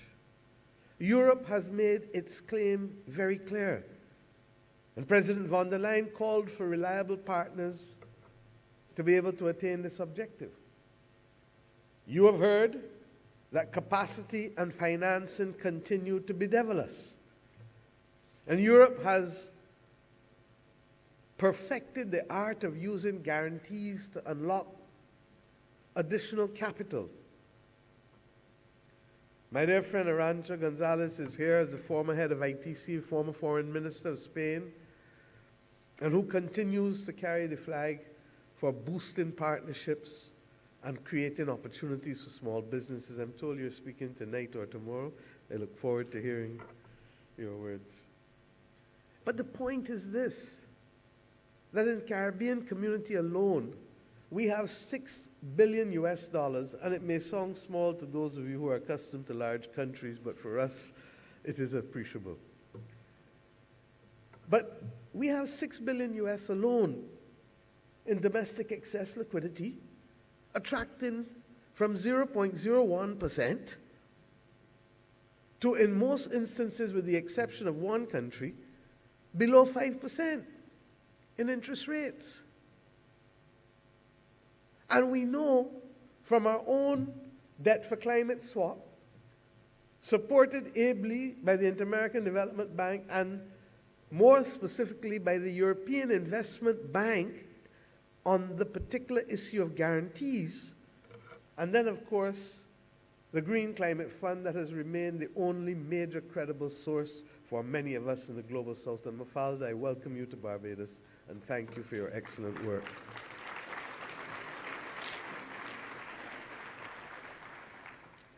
It is the guarantee given by the European Investment Bank that unlocked that debt for climate swap for us that allows us, without increasing a cent in our debt, to be able to completely rebuild a South Coast sewage treatment plant and to carry for the first time it to tertiary level, treating water that is to go back into the aquifers, to replenish the aquifers, and to provide irrigation for farmers in the east of our own country.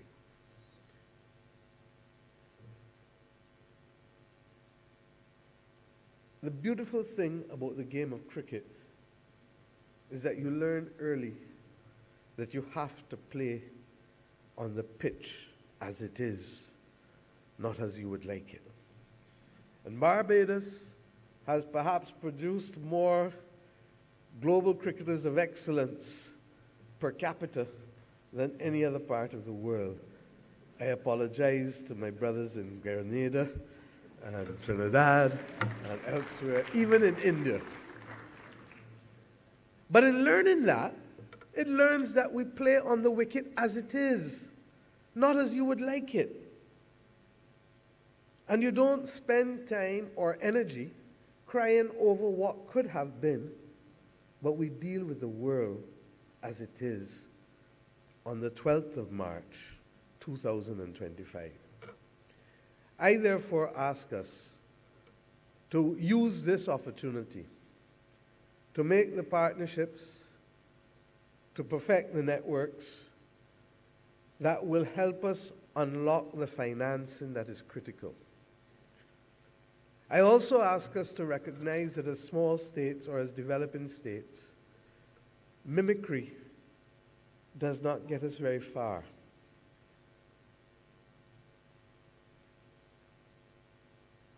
If we try to establish regulatory structures that are known to the North Atlantic world, whose systems of development and whose institutions are completely different, we find ourselves, as my own country has done regrettably in the last 3.5 years, caught up in regulatory arbitrage that has done nothing other than to lock off and block off over $500 million of investment in renewable energy that is waiting and exploding to be put into action. And I share this with you because I'm sure that if we can learn from each other and do not have to repeat the mistakes of each other, we will get much further ahead. The reality is that most of our markets are way too small to command the attention of even commercial providers, far less to be talking about the things that are necessary to distort competition or to avoid corruption. And what we lose is time, and what we lose is the benefit of curtailing and increasing temperature globally. What we lose is an inability to build the resilience that we need. Our own energy transition investment plan contemplates that Barbados will reach net zero by 2035. We are committed to that goal. But we equally recognize, and we've had to go to Parliament twice to change legislation to start to streamline what would otherwise be complex processes that have already delayed us 3.5 years. So long as we can satisfy ourselves of the public purpose and be aware of the public mischief, we then have to find new ways that are appropriate to size and institutional maturity to be able to help us advance the execution of these targets that we have set ourselves. And I believe that if we can create, as I said, the international platform that can de-risk investments, that will allow for South-South cooperation, that will allow for the creation of guarantees so that we can better access domestic savings, so that they too can be part and parcel of the community that benefits from the rewards that would otherwise be available only to established capital, that we can create a win-win through shared partnerships.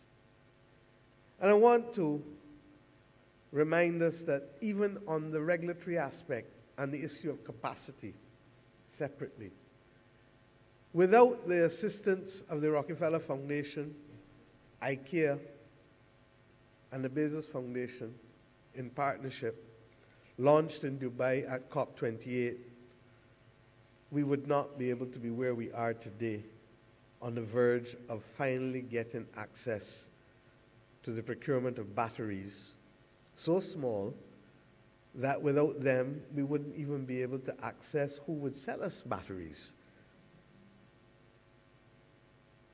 But equally, so expensive that without the blended capital, the cost of electricity in the right way through renewable energy would become prohibitive and unaffordable for small populations.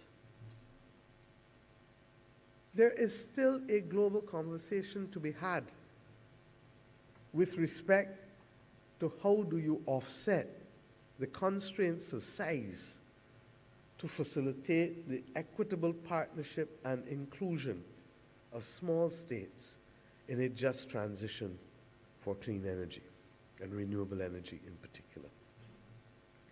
And I say so conscious that most of the times, and you heard from Lisa this morning about the curse of invisibility, most of the time we're invisible. And that's why you hear me say all the time, see people, hear people, feel people. Because it is that failure to recognize the circumstances and concerns of small states that will have us coming in as collateral damage in the whole exercise of transitioning to just and clean energy. I want to address one other matter this morning, recognizing that the pitch is as it is and not as we would like it. I mentioned Guyana and Suriname and Trinidad and Tobago. There are countries in this region who have had and continue to have a rich fossil fuel potential, and we must respect it. The IEA's targets, International Energy Association's targets for 2050 for net zero, recognizes 20% of energy will still come from fossil fuels. So that has now been the issue. And the issue is not fossil fuels simplicity either. The issue has always been, Selvin, emissions. Methane is 80 times, and I'm not speaking to those of you in the audience who know better and know more than me, but I'm speaking to the wider population. Methane is 80 times more destructive than carbon. The problem is that carbon stays in the atmosphere for centuries, but the good thing is that methane actually, according to the scientists, will only stay for about 12 to 15 years. It is therefore entirely possible for the world to see appreciable progress if we can settle not on a voluntary compact for the eradication of the methane that is destroying so much of our atmosphere, but for a global compact. And why is the global compact in the interest of everyone? Methane predominantly comes from leaks in gas pipes and the flaring of gas. If you stop flaring the gas, what happens? You earn money. If you stop allowing the leaks and you fix the pipes, you do what? You earn money. And in the circumstances, it then becomes a win-win for the owners of the pipes and the owners of the gas platforms, but it becomes a win for the people of the planet and the planet itself. I believe that this is a starting point for bridging the gap between those who want and those who do not want, those who believe and those who do not believe. For it is not required of us to sing from the same choir, nor is it required from us to agree with each other on everything. But where we can make sound progress that makes sense to you for whatever motivates you, and makes sense to me for whatever motivates me, then let us have action and progress on these matters that can advance us forward. The satellite technology exists today to show us exactly where the methane leaks are globally. And if we, therefore, can set some modest targets, Simon, for COP30, in recognizing that in the same way we were able to deal with the Montreal Protocol and to deal with the damage to the ozone layer and to change how we deal with air conditioners and all of the other things successfully,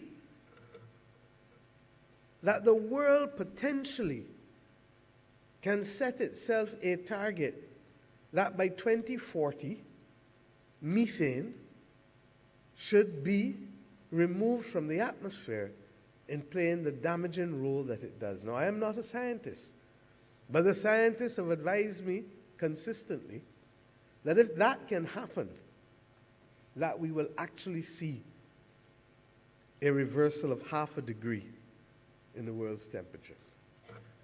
I ask us, as we contemplate all else that we are doing here on sustainable energy,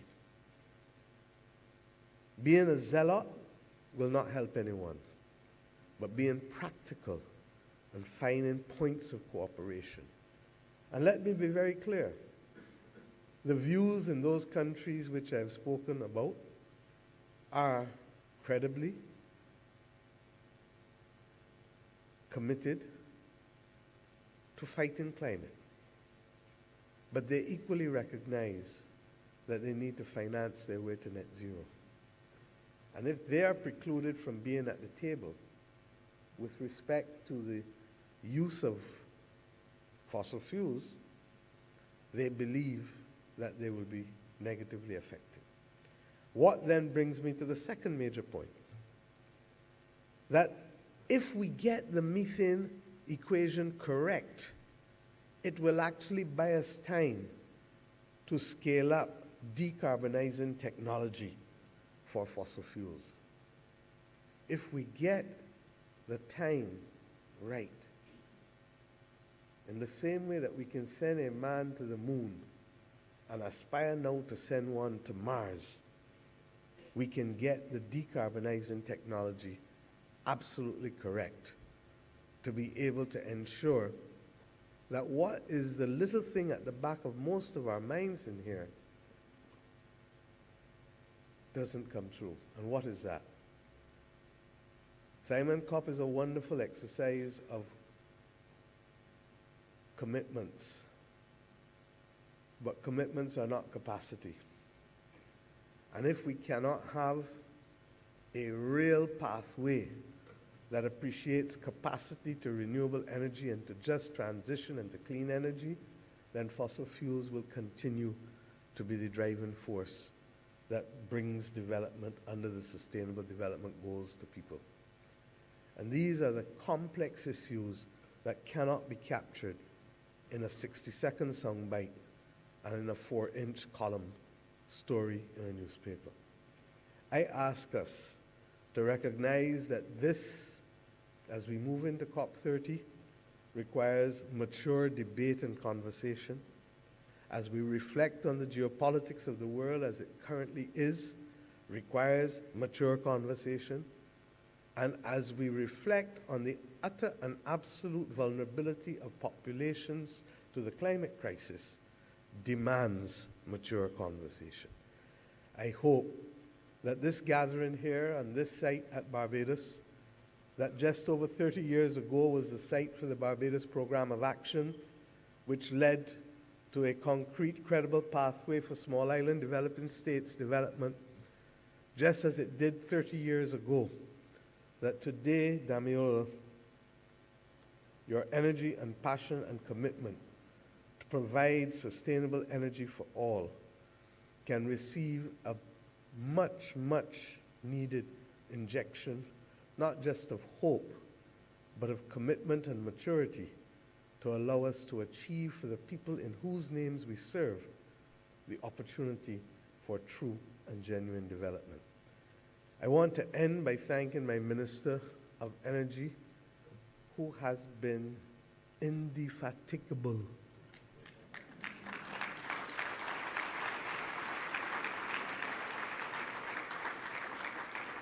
and who has had to confront the very complex issues at a domestic level, way beyond the capacity of a small island developing state, but who has not surrendered nor retreated and has therefore allowed us to continue to be on target for meeting a very credible goal of net zero by 2035. I thank her and her team, her PS, and all of the technical people, because these are the same people responsible for Business Barbados, responsible for small business, responsible for commerce, responsible for so many other things as is wont in small island developing states. So I end as I started. The only way she and the rest of us can survive is through sharing and through partnership. And that, for those who are strong practitioners of religion, you will appreciate that that message of sharing, partnership, and love has endured for millennia to keep humanity alive and to keep humanity believing that better can and must come. Thank you.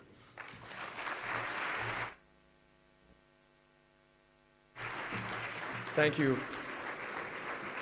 Thank you, Prime Minister.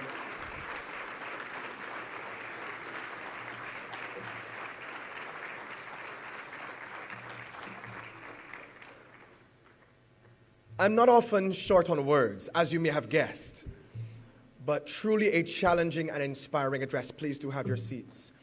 I want to invite Prime Minister to return to the stage, and I'll also invite at this time the Chief Executive Officer of Sustainable Energy for All,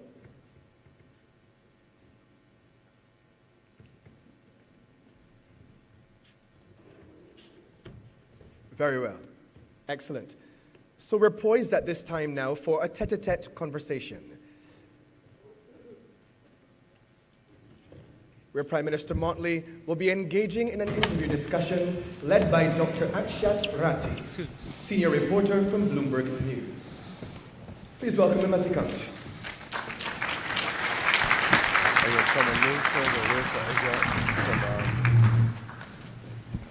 I can...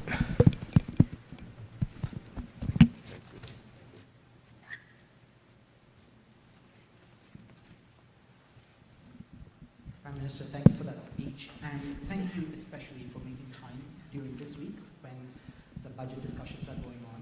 I recognize how valuable this time is that you're spending at the forum. Let me start by the message you had in your speech about practical and feasible solutions. One of the things that the Bridgetown initiative and many of the projects that you mentioned around debt swaps for climate resilience, for ocean conservation, for having a resilience fund where employees pay into it here in Barbados, those are practical, feasible solutions. Now, in the years of effort that you have put in to try and develop these solutions, in this moment where we are seeing a backlash on climate policies all around the world, be that in rich countries like the US, where Donald Trump has pulled the US out of the Paris Agreement, be that in Europe, that is committed to climate action, but is now being forced to spend heavily on defense and thus shrinking the fiscal space it has for climate investments. What do you think are the lessons that you have learned from these solutions that developing countries should be taking on board right now? As I said, I think we have to start at home first. On Monday, the Minister in the Ministry of Finance delivered the budget speech for our government. And in addition to employees and self-employed persons contributing 0.25% of their earnings to a resilience and regeneration fund, we have now asked employers to match the contributions of the employees, and we've gone further. And I have been inspired by Germany, quite frankly, in so doing. Last week, the new Chancellor of Germany made it absolutely clear that whatever it takes to keep his country stable, he will undertake. And that he would be reviewing the fiscal rules, particularly with respect to military spending. Our Parliament has now before it a statement from the Minister in the Ministry of Finance that we will now commit to add every year, starting from this year, 0.25% of GDP in a regeneration and resilience fund, and that we will amend our fiscal rules to be able to accommodate that commitment on an annual basis, because climate is for us an existential crisis. And we start, therefore, with what we can do for ourselves. I've then adverted to what we can do regionally. We have in this region $6 billion in excess liquidity, excess domestic liquidity. On its own, it may be difficult to employ, but in partnership with guarantees, whether from the European Investment Bank or other entities, all of a sudden that can be leveraged to be able to secure far more funding than is currently available now so that we can finance much of our own development. I am sure that the same obtains in Africa, the same obtains in the Pacific, the same obtains in Latin America. What we have now to explore is whether the cross-border flows south-south can also work, because the real problems have come north-south in determining what are the risks and what is the lack of information that would otherwise preclude us from being able to have access to affordable interest rates for capital that is used or pooled. We need to create opportunities for each other, and I genuinely believe that that is entirely possible. I'm also not, however, distracted by the fact that the US, as is their right, has withdrawn from the Paris Agreement. But at the level of the federal state, as we keep hearing in the US, there's a clear division between what they do and what is done at the level of states and what is done at the level of municipalities. And I think you will find that a number of municipalities and a number of states are still investing their money in green energy, in green bonds, and therefore there will continue to be a strong financial pool of funds available for good, credible investments. I make one last point. On mitigation, it doesn't matter where mitigation takes place in the world. It just needs to take place.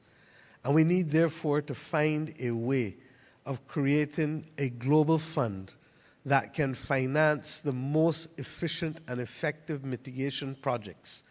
Because if we are not going to have the power of one or two countries behind what we are doing, then in my own country, there's an old saying, one blow is kill old cow. One blow is kill old cow. And what it simply means is that one by one by one by one, we can effectively still achieve what we need to achieve.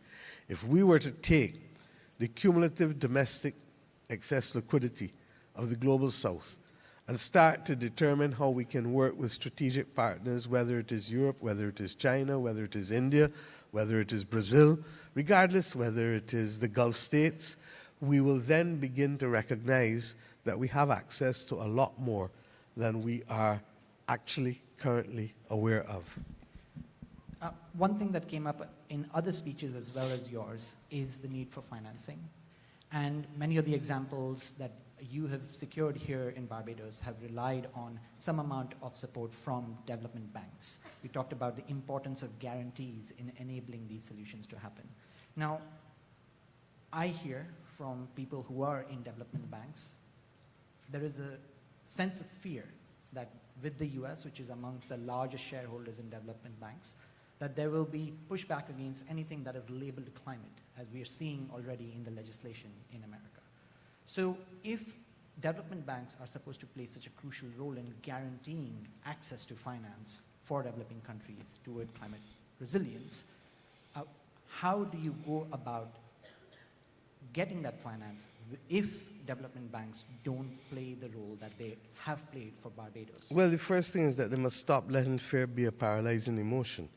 Because if they do that, then they'll realize that they can use the capital that they have and they can work together with others in guarantees to leverage it to be able to unlock far more than it would otherwise unlock at this point in time. I remain, as I said, optimistic because I believe that we have not really scratched the surface between what we have. The problem is that we are also trying to secure what we know we will need down the line. But sometimes you have to stop and start with what you have, where you are, while building up the capacity to achieve what you need 3, 5, 7, 10 years from now. And that sense of ultimate pragmatism and the blinkered approach that does not cause you to spend your energy and emotion in fear, but actually causes you to be able to unlock what you have is what I think is required in this moment. I also think that, let us be real, the United States is driven not just by presidential directives or governor's directives or congressional directives. It's driven by commerce. And there are companies that are going to find that they will be outside of the opportunities with respect to the procurement that must take place for the green energy transition. Every single export-import bank in the world has some kind of domestic interest by ensuring that their suppliers of products and services benefit from any concessional funding that is given. That's not going to change overnight in the US. So I am prepared to wait for the medium to long game and to recognize that those persons who are going to be left out of the equation will soon find a voice as to how to get back in on the issue of the green energy transition. And let us be also very clear. The United States has been an engine of scientific and engineering innovation, and therefore I expect that those people will also not want to be left out of what is the most important scientific and engineering innovation that is necessary globally. One more question around politics around the world, not just in the US, is that we have seen in election after election that there is issues beyond climate action that are of focus for people. So cost of living crisis, inflation, where people think they are paying too much or aren't getting a good deal from government. But as you've done with the Resilience and Regeneration Fund, where you have contributions coming from employees into the fund, how do you make that case? How can other developing countries make that case to their people that climate action is in their economic interest so that they can win elections and act on this problem?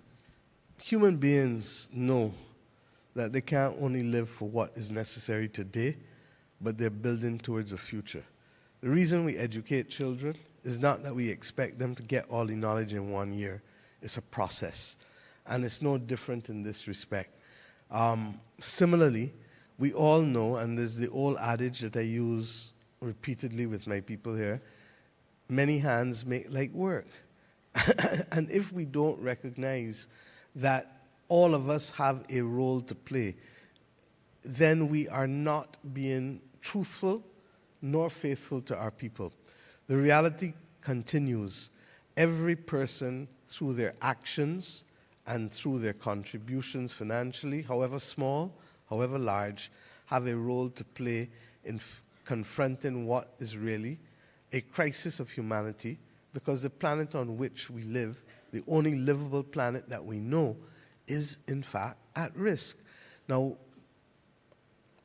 I don't even want to say luckily, but the truth is that the last 5 years have shown us enough climate disasters globally where ordinary people have either lost their lives or livelihoods, that anyone who is thinking will realize that this is not just a coincidence or a quirk of nature, and that we are on a pathway that will in fact put all of us at risk.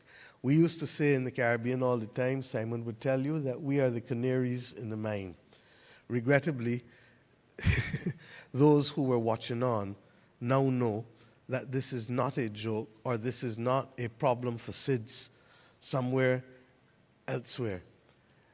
The majority of the North Atlantic countries, and indeed the emerging market economies, China, Israel, India, Brazil, all have coastal communities and coastal cities that are going to be significantly put at risk.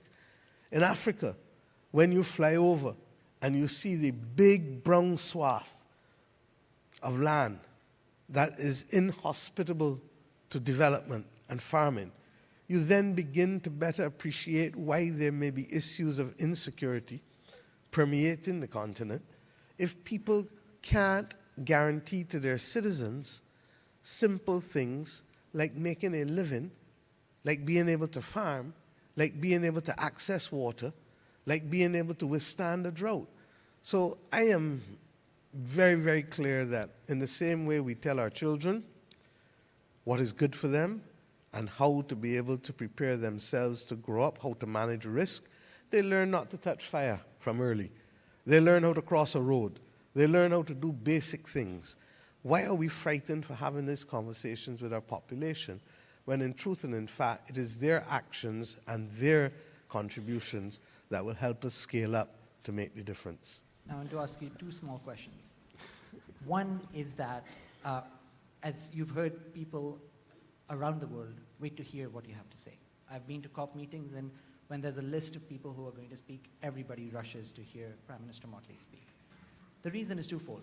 One, you bring moral leadership, and you bring feasible solutions. We talked about the feasible solutions, but the moral leadership at this time matters more than ever. You've talked about how the Caribbean needs to be seen and heard.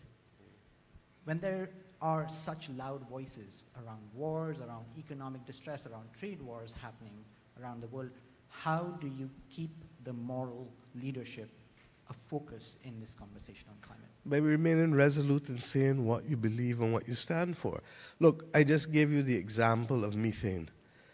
The fact that others will find potentially an opportunity for cooperation in controlling methane by stopping the flaring of gas and by fixing gas pipes does not cause me to change my fundamental beliefs as to why I'm asking them to do it, so that we don't change who we are, but we find opportunities for collaboration and partnership where there exists, and then where there continues to be divide, we continue the conversation to see how best we can work together to bridge the divide. And the last question. You've been warning for many years that the world today looks a lot like a century ago. True.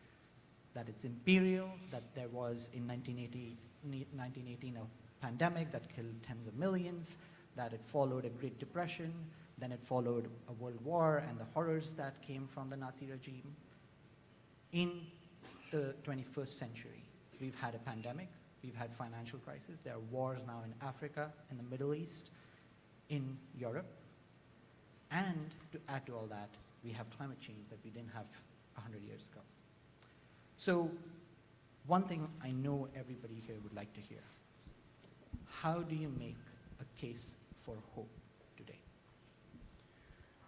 Hope is a human condition that's necessary for me to take my next step.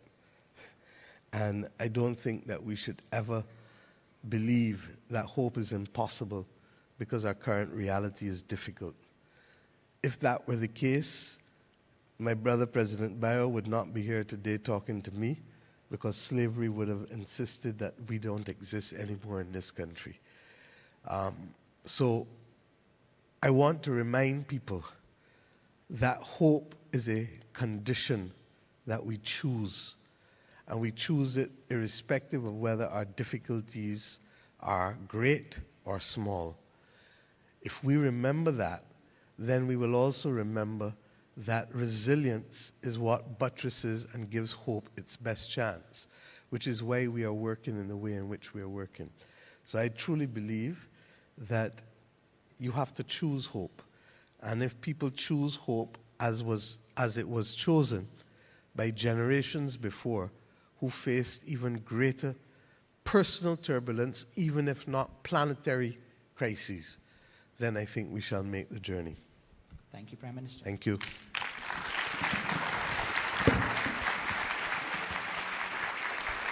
Sorry for standing, sir. Thank you, Dr. Akshat Ratti. Senior reporter, Bloomberg News. Prime Minister, I'll ask you to remain, please. I'll invite up at this time Ms. Damilola Ogunbiyi, CEO and Special Representative of the UN Secretary General for Sustainable Energy for All and co-chair of UN Energy, the President of Sierra Leone, His Excellency the President Julius Maada Bio, the Honorable Doto Mashaka Biteko, Deputy Prime Minister and Minister of Energy, the United Republic of Tanzania, and Minister Cummins.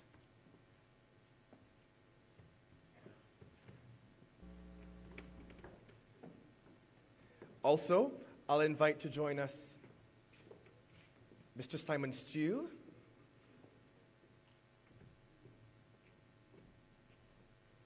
and Mr. Hart, Selwyn Hart.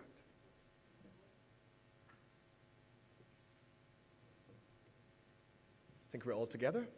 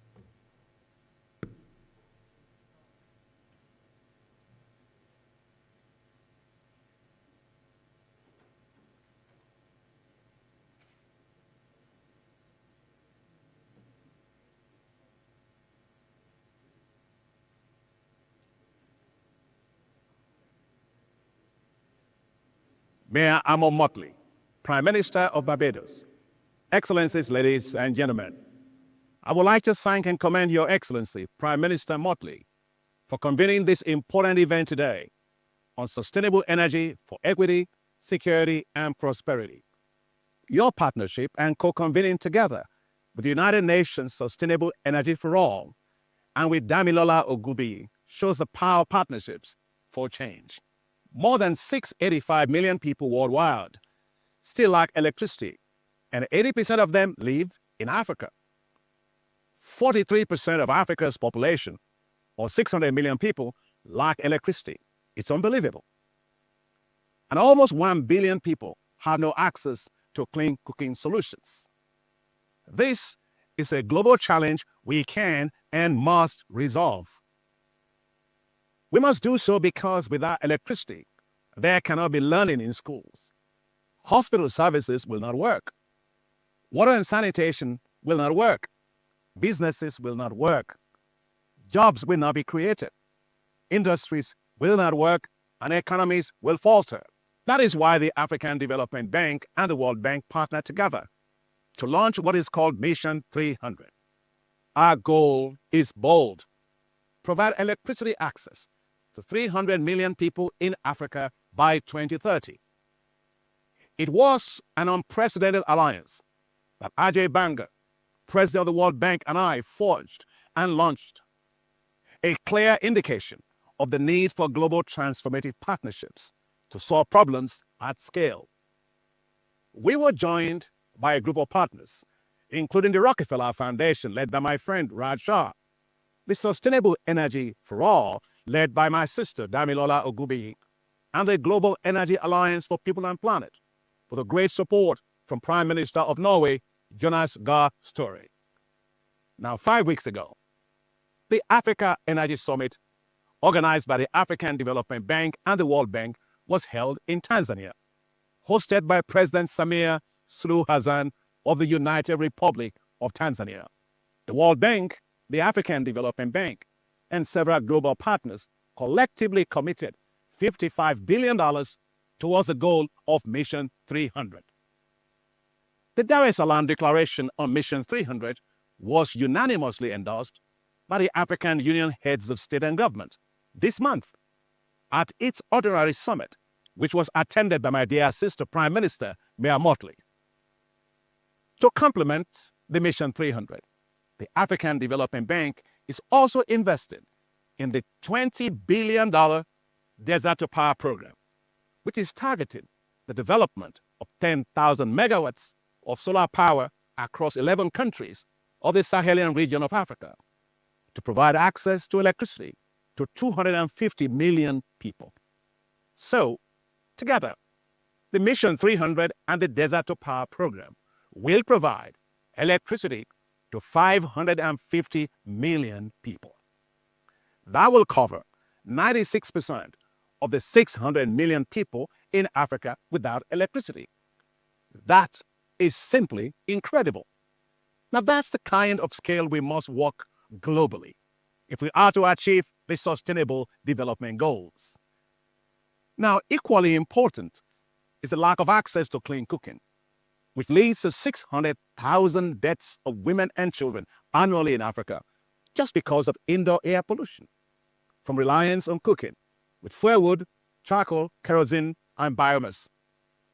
That is why the African Development Bank Group pledged $2 billion over 10 years towards clean cooking solutions in Africa. Right here in Bridgetown, let us galvanize further partnerships that will deliver universal and sustainable energy for all across the world. Together, by our bold, decisive, and transformative actions, let there be light. Thank you very much.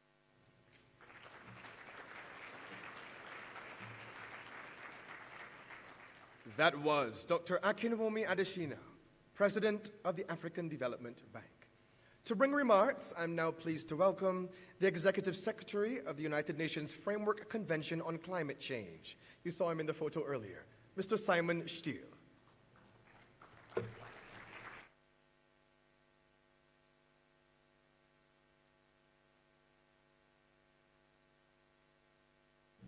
Thank you very much. I need to just make a comment.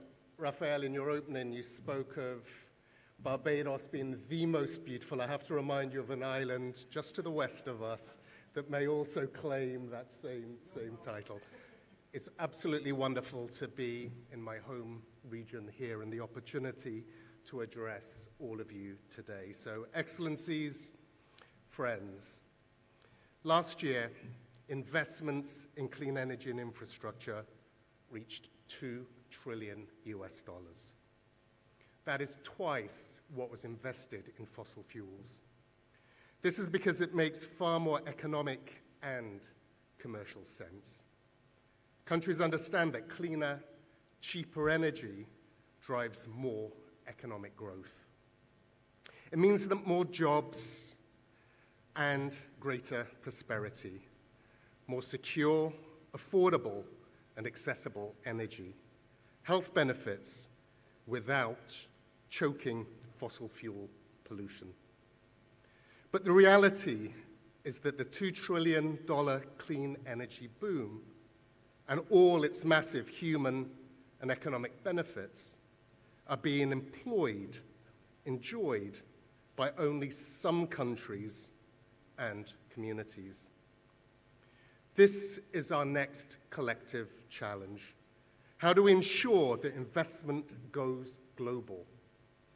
That investors understand that the opportunities far outweigh the risks in developing countries. Access to energy is essential to our collective human development. We know that getting the basics right, access to energy for population development, access to clean cooking, for population health and well-being is the fundamentals of progress. 800 million people globally do not have access to electricity, let alone clean electricity.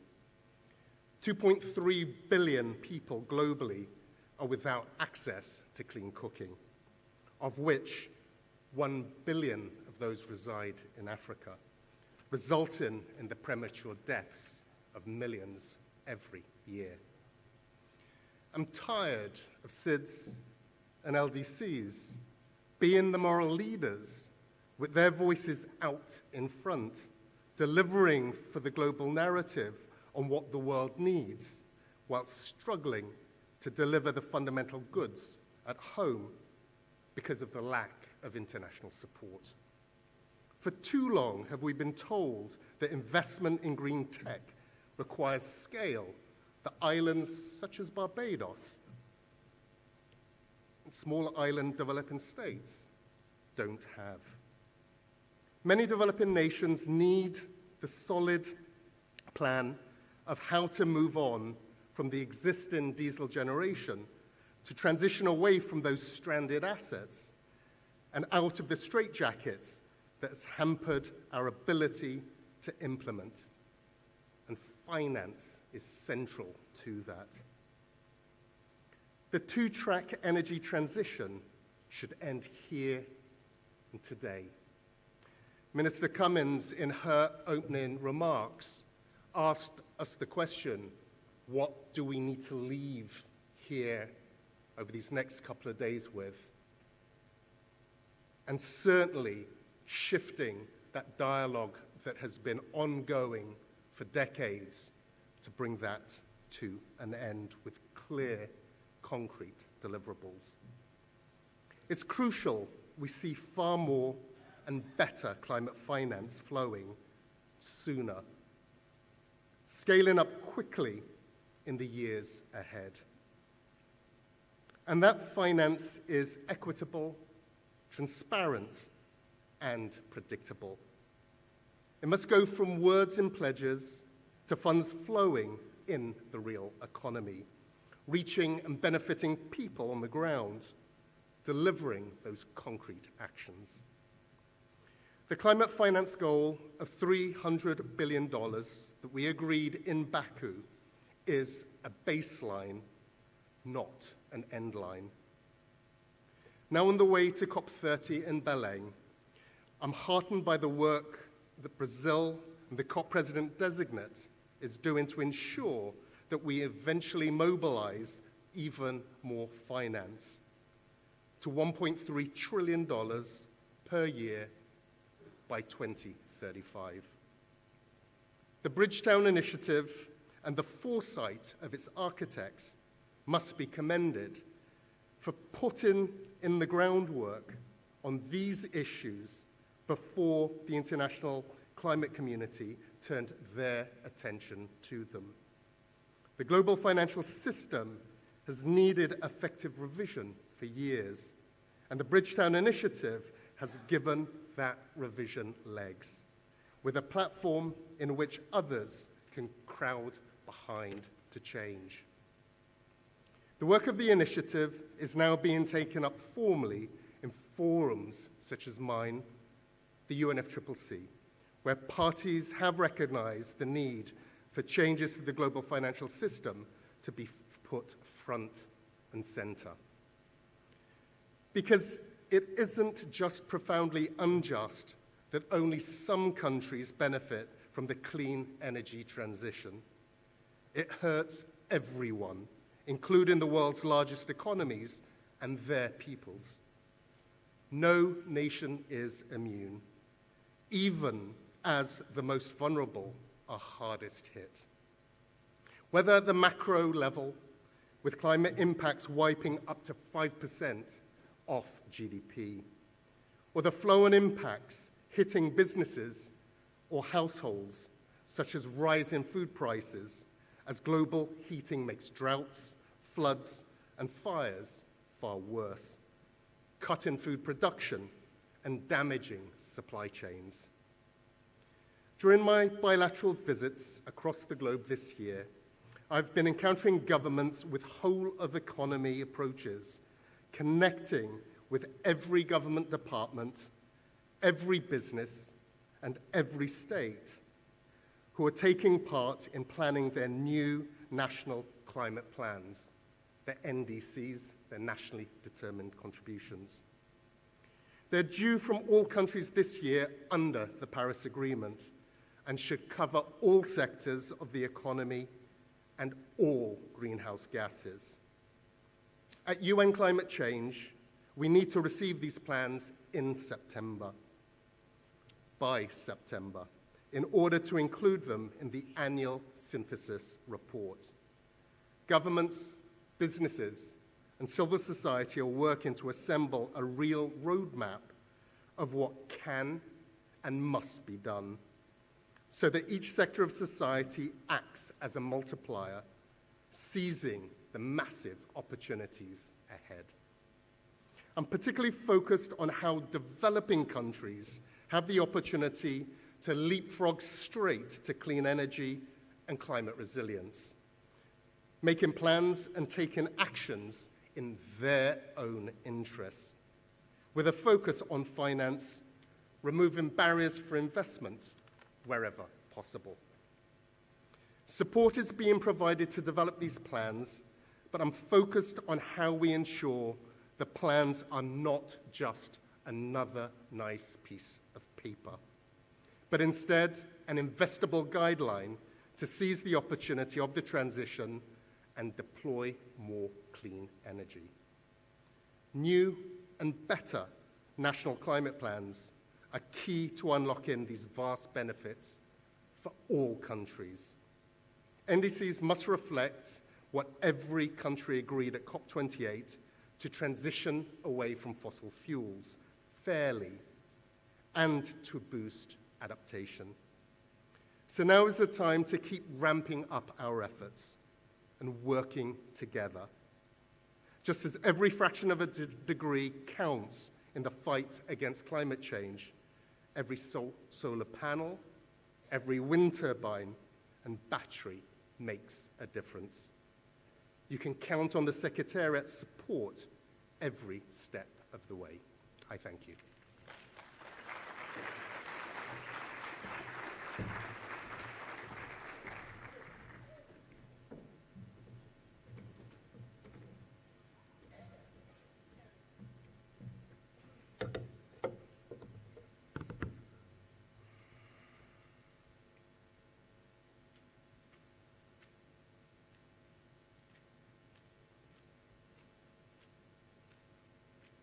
Thank you, Mr. Simon Steele, the Executive Secretary, UNFCCC.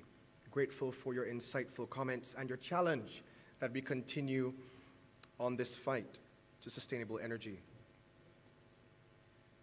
From Dar es Salaam to Bridgetown, the question is asked, how will Mission 300 accelerate sustainable growth for millions? We're preparing for a panel at this time that will explore the transformative potential of Mission 300, an initiative aimed at accelerating sustainable energy and its access for 300 million people across sub-Saharan Africa. This panel will be moderated by Senator the Honorable Lisa Cummins, Minister of Energy and Business Development from Barbados. I invite Senator Cummins to come at this time.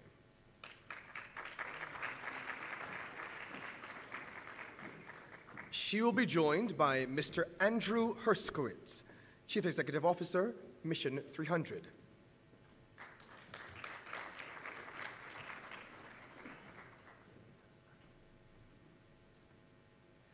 Mr. Usman Diagana, Vice President for Western and Central Africa, the World Bank.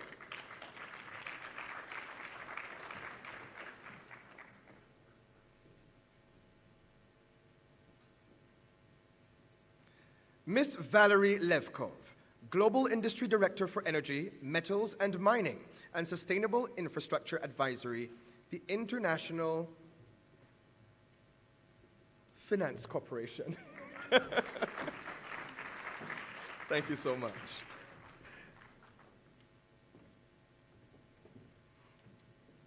Mr. Wale Sonibari, Director, Energy Financial Solutions, Policy and Regulation, the African Development Bank.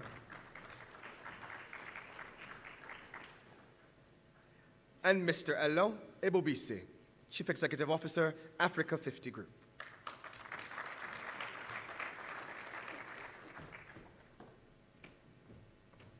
Finally, Mr. Felchismi Marumba, Permanent Secretary, Ministry of Energy, Tanzania.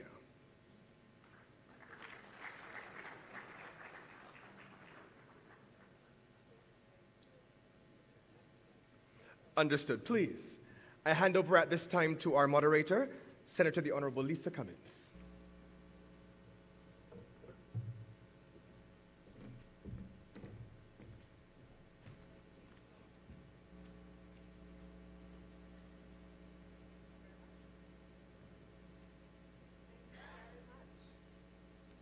To our MC, it went from nothing at all to everything all at once.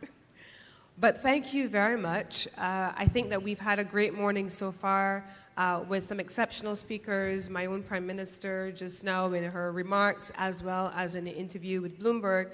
And now I'm very pleased to sit on the stage and share space with leaders from around the world and representative of different interests to have a conversation really talking about from Dar es Salaam to Bridgetown. How will we accelerate the implementation of Mission 300? And I'm going to start, first of all, with you, Andrew. I'm going to come to you. I have a question for you, and I know that you are well prepared to answer these questions because they're asked of you every day. So as a CEO of Mission 300, the accelerator, I want to hear, I think all of the colleagues want to hear a little bit from you on how you see the specific strategies and innovative financing mechanisms being employed to mobilize the over, I think we're talking the numbers around $90 billion required for the initiative.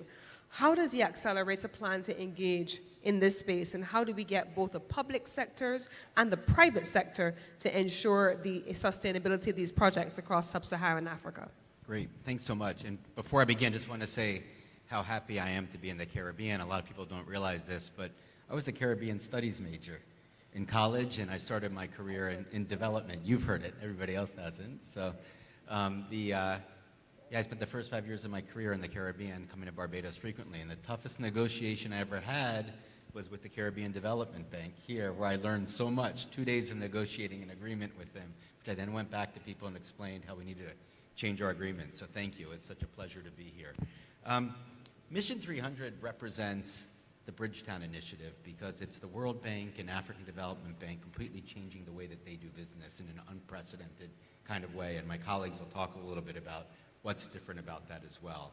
It's climate justice. It's getting people access to electricity to basically have productive use for jobs. And this is why it's so important. This is an unprecedented effort. What the accelerator is doing is it's providing support through the Rockefeller Foundation with the Global Energy Alliance for People and Planet, GEOP, Sustainable Energy for All. We're supporting the World Bank and the African Development Bank. They've got 130 projects that they've identified that if they move forward and they stay on track, will deliver 300 million connections, 300 million people access to electricity. So what are we doing? We're providing some technical assistance to help serve as the glue and the grease for some of those projects to make sure that they don't get stuck. It could be doing a necessary study. It could be providing support to a government. The other thing that we're doing is we're helping create compact delivery and monitoring units within each of the compact countries. So what a lot of countries, even some of the smaller countries, they don't have enough people in the ministries. And we want to make sure they have the staff that they need to be able to deliver on the reforms that they've committed to. So we're doing that as well. We're working with the support of SEforALL to draft a master template for how is it that countries can help deliver on the commitments that they've made. How can they deliver on the compact commitments, the reforms? How can they deliver on the projects? And then sharing those with the governments who are creating their own delivery units to say, all right, well, as you look at this template, let us know where we can fill the gaps. So it helps you really narrow in on that. So that's essentially what the role of the accelerator is really to serve as that glue and that grease. And I think that's so important, not just across the African continent, but across the regions where development capacity is at a minimum. This is important work. And so I think it's important now for us to segue into the World Bank, because having pledged a significant sum of resources to the initiative, this is critical. And when Andrew was speaking about GEOP, for example, we work very closely here in Barbados with GEOP on our best projects, and the collaboration with entities like the World Bank and the IFC is critical to partners. How does the World Bank come into the space, and how does the World Bank see itself having already made pledge commitments to Mission 300? Great. Thank you so very much. Let me start by thanking you and the population of Barbados for being such a great host. And also thanks my sister, Damilola, for inviting us. We value the partnership with Sustainable Energy for All. And we have a great World Bank team in this room. In fact, not only my colleague Valeria and myself, we have many in this room. To respond to your question, I would like to start by quoting our president, Ajay Banga, who said that electricity is more than power. It is a foundation for job, opportunity, and inclusive growth. It's a fundamental human right. Electricity will allow small business to grow and young population to be prepared for job of the future. So against this actually quote, it's clear that Mission 300 is not a project nor a program. It's a movement. It's not about actually, public sector intervention. It's about private sector-led investment. It's about whole of society approach. Mission 300 is not only about investment. It's about leadership. It's about political will, and I think some people have made this point this morning.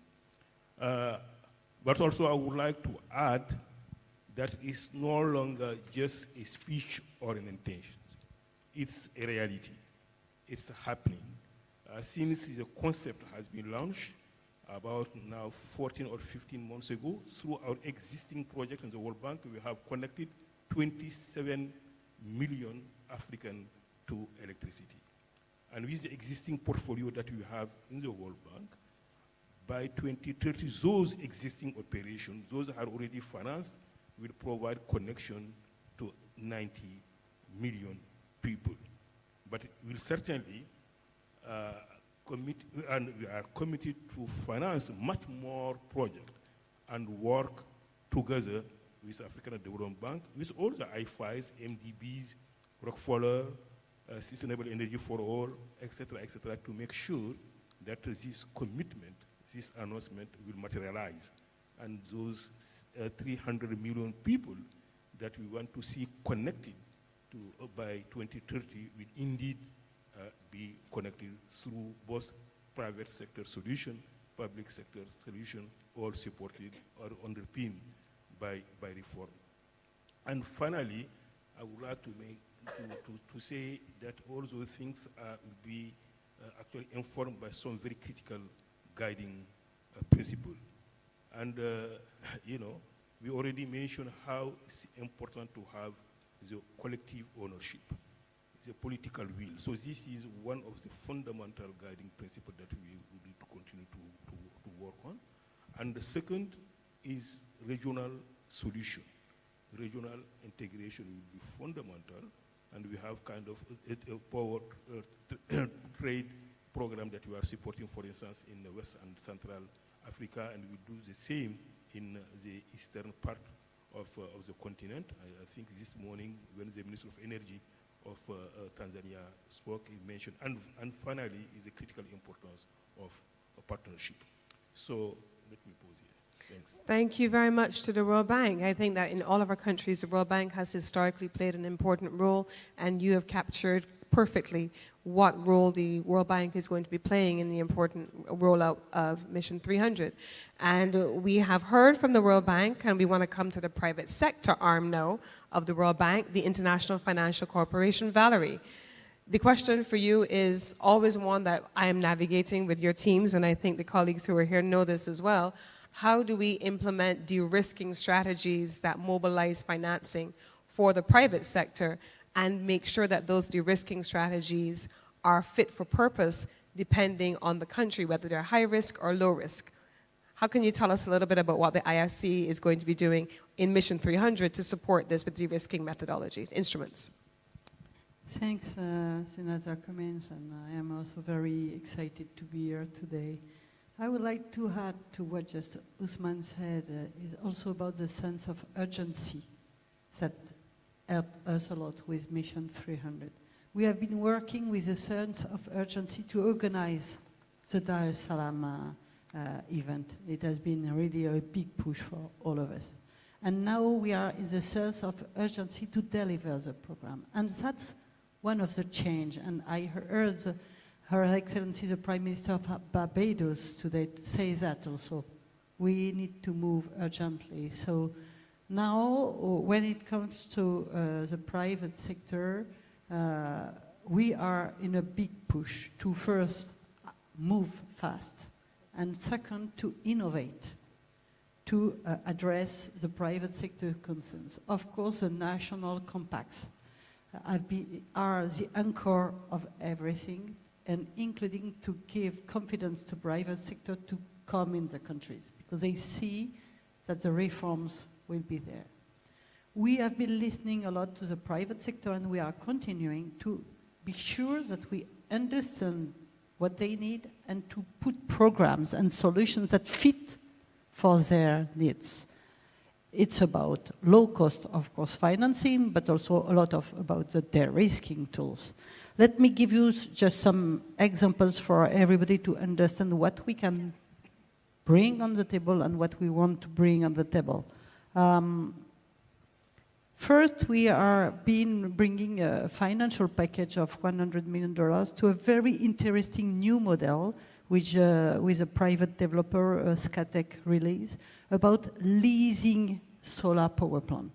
So the leasing model is very new in Africa. It's changed the structuration of the financing, but also it allows the countries to have a very fast deployed solution for eventually a shorter period than 25, 30 tenor IPP as we do. So that's a model which is innovative, which is different. It has been implemented already in Cameroon. There are some discussions with Liberia, Sierra Leone, so those countries could be pioneering a new leasing model. Another example is the social bond that we have done with Côte d'Ivoire. So what is different is that we are doing titrization of the household's repayment for the connection costs for the electricity portos, so electricity for all program in Côte d'Ivoire. So social bond for titrization of households repayment was quite innovative, and it allowed to give accelerated access to electricity to 800,000 households in Côte d'Ivoire. So that's another kind of solution, far from the traditional, I would say, project finance where IFC were known for being on the lead. Of course, PPP models are still a very important model for Africa. We have also given our support for the pre-development of a PPP model for a greenfield new distribution electricity company in Burundi. Burundi has 12% access of electricity. The bank is working a lot with a national distribution company to reinforce and to improve, but in parallel, to accelerate, there is this PPP model to put a greenfield distribution activity for the metro grid, I would say, surrounding areas of big cities. That would be also a great solution. It's ongoing, but it's just to show innovative schemes. And last, we have announced during Dar es Salaam meeting a new vehicle for patient long-term cost-effective capital to support DRE and solar home systems activities, because we know that in this field there is a lack of capital, patient, long-term, low-cost capital. So we are in the process to leverage up to $1 billion to finance those companies. And in parallel, we have developed under the DARES program, World Bank program in Western Africa, a revolving facilities also for those companies in order for them to be able to wait for the subsidies that will come from the result-based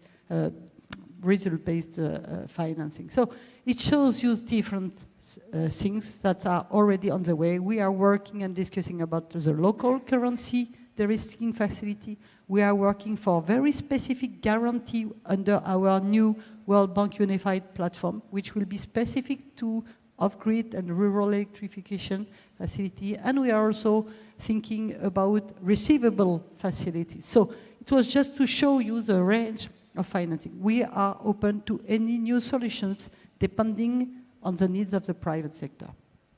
Thank you very much, Valerie. Now, here in the room and at the conference, over the next couple of days, we have the World Bank, but we also have regional institutions for each of our regions. We have the Caribbean Development Bank that has been in the room at the level of the president and his team, supporting the Caribbean region, the Inter-American Development Bank for the Americas. We have here on the stage the African Development Bank as well, working very closely with public sector and with the private sector to finance energy policies, energy strategies, energy planning.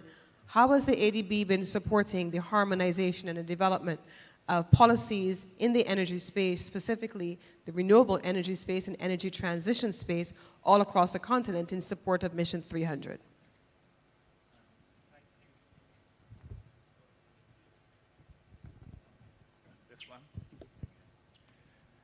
Right. Thank you, Minister. Thank you for the opportunity, and good morning or good afternoon to everybody. At the African Development Bank, we take a very holistic approach towards the energy sector. And with Mission 300, I think we're looking at our interventions around the 5 key pillars. So the first one is around least cost generation. There are many countries that are procuring very expensive electricity. And you often find that it's actually the poorest countries that have the highest costs because they're relying on expensive diesel or HFO. So one of the key things is we have to prepare integrated resource plans for these countries, least cost electricity generation. And it's very important that they don't succumb to outlandish promises from some private sector developers who will come in and say, I'll offer you this impossible tariff, but they don't also want to be signing up to very expensive PPAs. that ruin their economies long term. And these long-term contracts are difficult to get out of. There are huge penalties. So building capacity within governments is absolutely fundamental. And you have to put the policies in place around procurement to make sure they're not locking themselves in to very expensive contracts long term. So that's the first pillar, which is around the least cost generation plans. The second pillar is around regional interconnections. It's very important that we interconnect so that our countries can sell to regional power pools. You often find that in some countries, it's very difficult to integrate renewables into the system because you have a small grid. And so you have that intermittency issue. And if you're able to distribute and sell across your regional power pool, you can actually anchor more renewables. So you have countries like Cote d'Ivoire that depend on gas, which is cheaper than HFO for Burkina Faso or Niger. So you can sell cheaper electricity. Niger can then build renewable energy, despite a relatively small grid.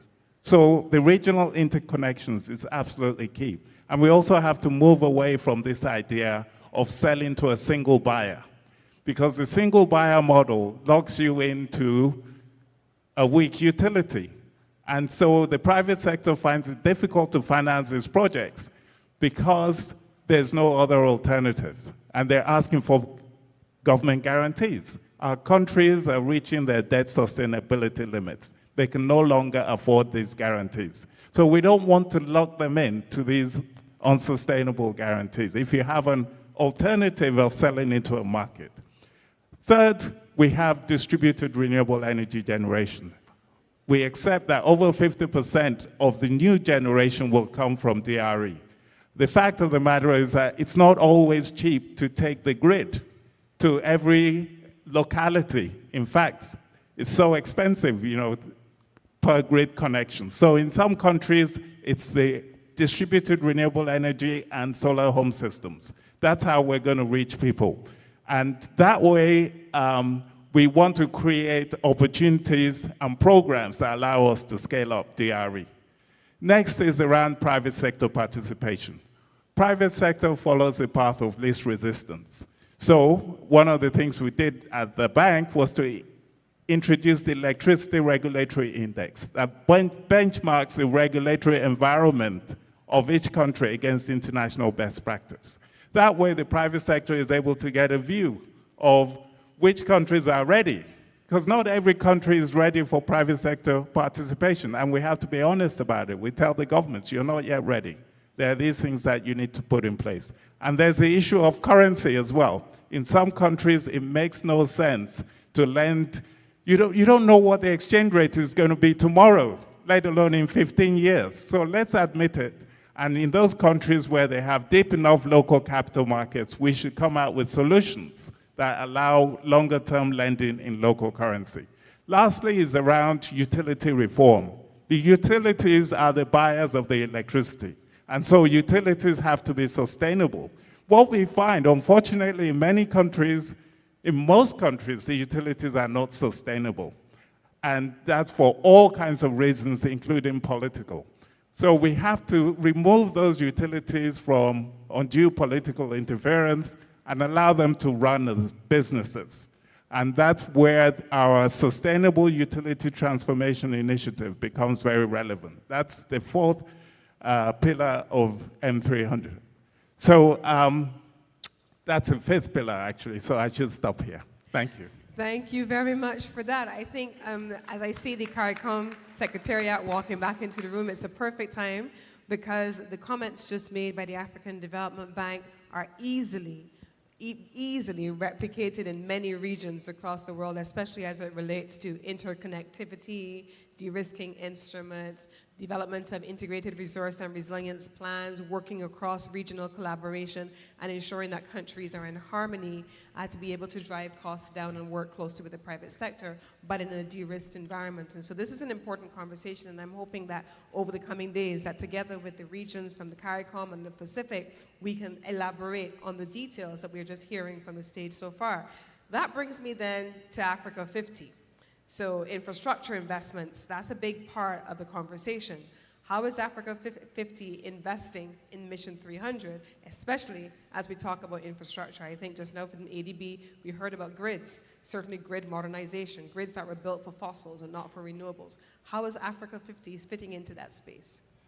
Well, thank you, Madam Minister. And also, I'd like to thank the organizers, my sister Damilola, for inviting Africa 50 to speak at this very important event. Now, there's also something that I would like to say. About 5 weeks ago, I was at the African Union Summit, and Prime Minister Mottley made a very, very inspiring speech. And one of the things that she said is that we Africans, together from Africa and from the diaspora, but also with African friends, we have to come together to solve global challenges. And access to energy is one of those challenges. So I'd like to commend the World Bank Group and the African Development Group for launching the Mission 300 initiative, because this initiative is really galvanizing energies, so to speak, to try to help address this access to energy issue. Africa 50, the organization that I lead, would actively contribute to the goals of the Mission 300, 3 areas that we believe we can contribute. First of all, Africa 50 is a Pan-African investment platform, managed asset manager. We are investing equity, quasi-equity in infrastructure projects, and I have to say that we have a very good track record of investing in profitable equity infrastructure projects with also impact. So we do impact, but we also make money, and there's nothing wrong about that. So how are we going to contribute?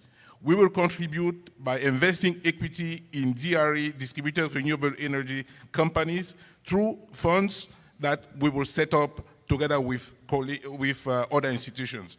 And that brings me to the second area. We will contribute through building partnerships, being in partnership with strong institutions. So we are working together with SEforALL, Damilola, with NSIA, my brother Amina is here, with the International Solar Alliance, Africa 50, to put together an important initiative that we would hopefully talk about a bit more in detail this afternoon, to bring equity, quasi-equity to DRE companies across the continent. Because, let's face it, we should all know there is some level of debt that is available to fund projects, but what is really missing is equity, quasi-equity, to really make sure that DRE companies can have a sustainable business plan. Finally, the way we also plan to contribute is to focus a lot more on domestic and regional capital mobilization.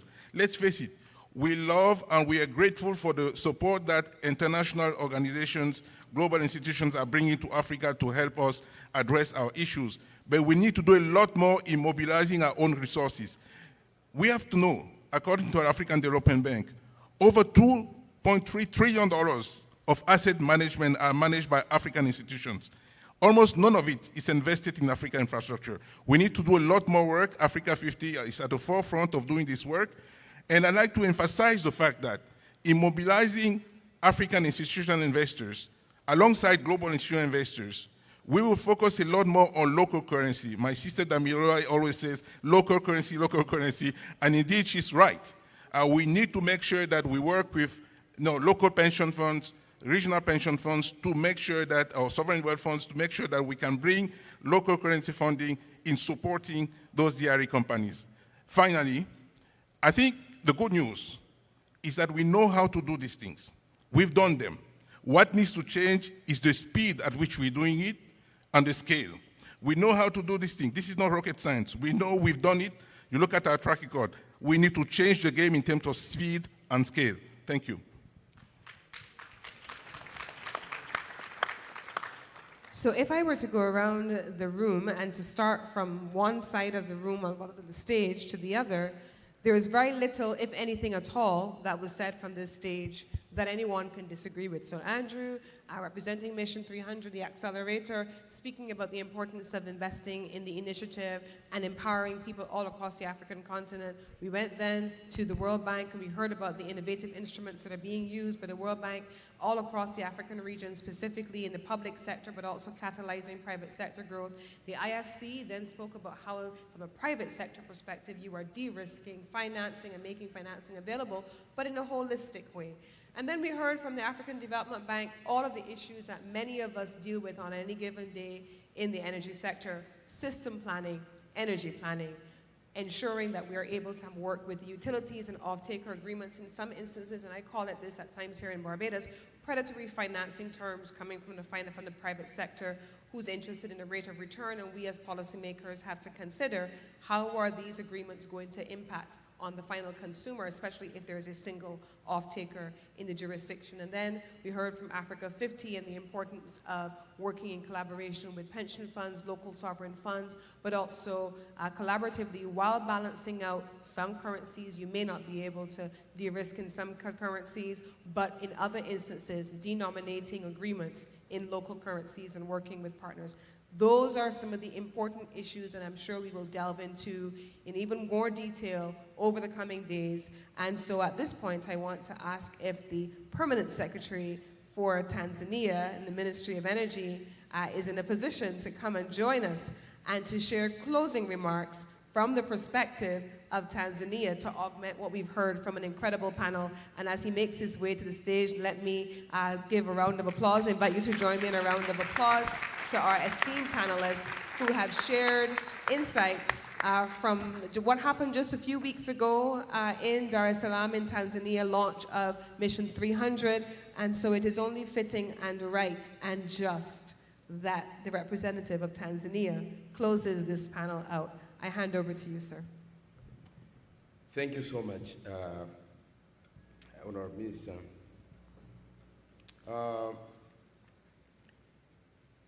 Good afternoon.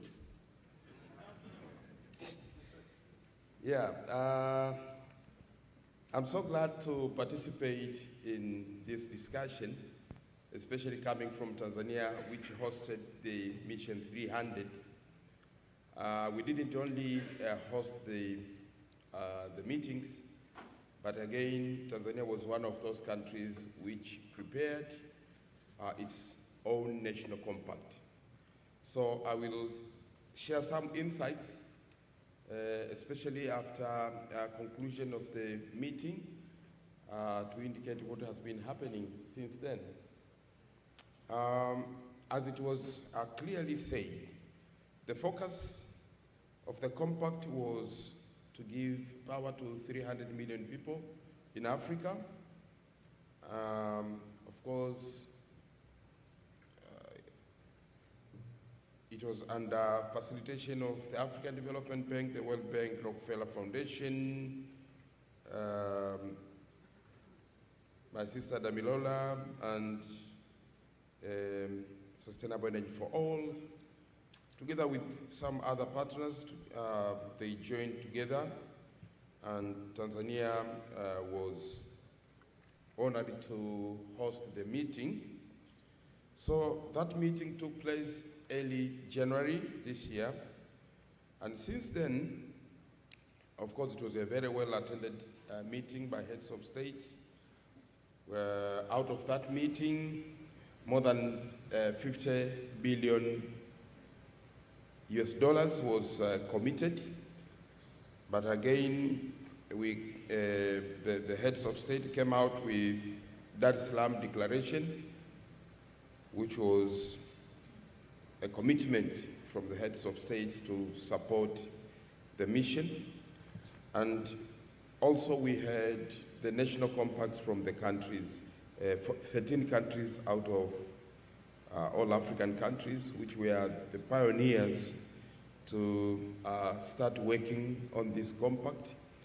And so Tanzania was one of those countries. So I will share a few things.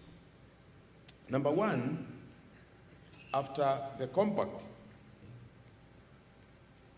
first of all, what was in Tanzanian compact? In Tanzanian compact, we considered that we will achieve 100% access by 2030 and have 75% connectivity within the same time. But again, we are looking at renewable energies. Right now, we are at around 61%, and we said we want to have a target of 75% of all our power generation coming from renewable energies by 2030. Again, on private sector participation, right now, they are not participating very well. Their capital in our energy sector is around $500 million, but we want in the next 5 years, by 2030, to have $4 billion as private capital in our energy sector. We want to ensure that our utility, TANESCO, is sustainable enough, financially sustainable, to be able to attract private sector participation. And to do that, we looked at various angles which will bring the utility into financial sustainability. Of key importance is to look at policies, whichever policy which will ease the way private sector works with the utility. Those are areas we are looking at. But again, the government, working with its partners, is to raise $8.8 billion in the next 5 years, which will be part of its contribution to that compact. On clean cooking, we want by 2030 to achieve 75% clean cooking access, which will be part of the national strategy of achieving 80% by 2034. So, thank you. So, from there, what have we done? We started by looking at how are we connecting the customers and what can we do to speed up the process of connecting our customers. For example, right now, we have started addressing the possibility of involving the private sector in connecting customers. And by doing that, we think we may double or triple the rate at which we are connecting customers now, just by involving the private sector. Right now, it is the utility which connects customers, but we want the private sector to participate more. Again, we are looking at connecting block areas. If we have a block with a number of citizens or number of people, we want to connect all of them. And how do we do that? Because we use prepaid meters, then we want to put the cost of that connection into the prepaid meter. And as the customer keeps on purchasing, the meter will be deducting the amount for connection slowly. Now that will help us to connect many people at the same time and recover that cost of connection slowly. That will address the issue of ability of customers to pay their connection fees at once. We are also looking at the way to simplify wiring, internal wiring of the houses by coming with a smart way of using ready-made wiring, so that when customers want to connect, they don't have to start bringing the wiremen and incur all those costs. So we'll simplify by coming with ready-made, ready boards, which will make internal wiring very simple. Of course, we are again looking at the way we can use distributed renewable energies, especially rooftop solars, whereby by doing that, more customers will be able to be connected, especially in the rural areas, in the islands, and in other remote areas where it's not easy to access them using grid connectivity. So those are some of the things we have already started doing. We have concluded upgrading the power system master plan, and using that master plan, we have a vision of what we need to do and how fast we need to do it, so that quickly we can be in line with vision, or rather mission 300. Thank you, sir.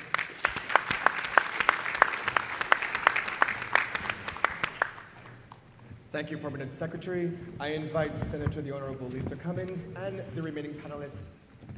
You may return to your seats.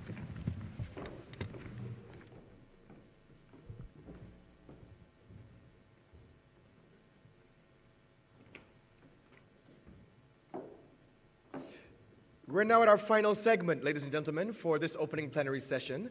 I trust you've been enjoying it as much as I have. I now invite senior correspondent from Time Magazine, Justin Worland, to lead this segment. And he'll be joined by His Excellency Yemi Osinbajo, High Eminent Vice President, the Office of the Vice President, Nigeria. Ms. Arancha Gonzalez, Dean of the Paris School of International Affairs and board member of SEforALL. And Ms. Elizabeth Yee, Executive President of Programs, the Rockefeller Foundation.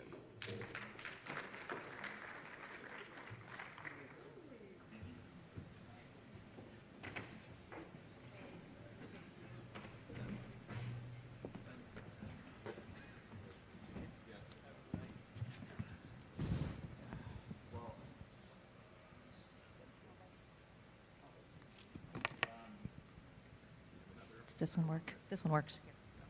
Thanks.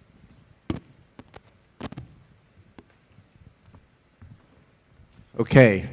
Well, thank you for the introduction. What an honor it is to be here at this closing of the first plenary session. We've been hearing all throughout the morning and the early afternoon about key themes that we're going to pick up here: energy, development, climate, with a focus on how do we make these transitions equitably. But we also want to focus here on institutions. We know that we need institutions to help make this transition happen, and so we want to in particular focus on the institution which has brought us all here today, SEforALL, and so we're going to have that as a key thread throughout our discussion. What role has SEforALL played? What role can it play going forward? How can SEforALL partner with everyone here in the room? So without further ado, I want to just kick it over to His Excellency, the former Vice President of Nigeria. Thank you for being here. You've been a leading voice on how rethinking the energy transition is financed and implemented, especially for economies that are still developing. A big part of that is making sure that transitions are just and fair. So maybe if you could just give us some context about how you've worked with SEforALL and what you see the role of the organization going forward.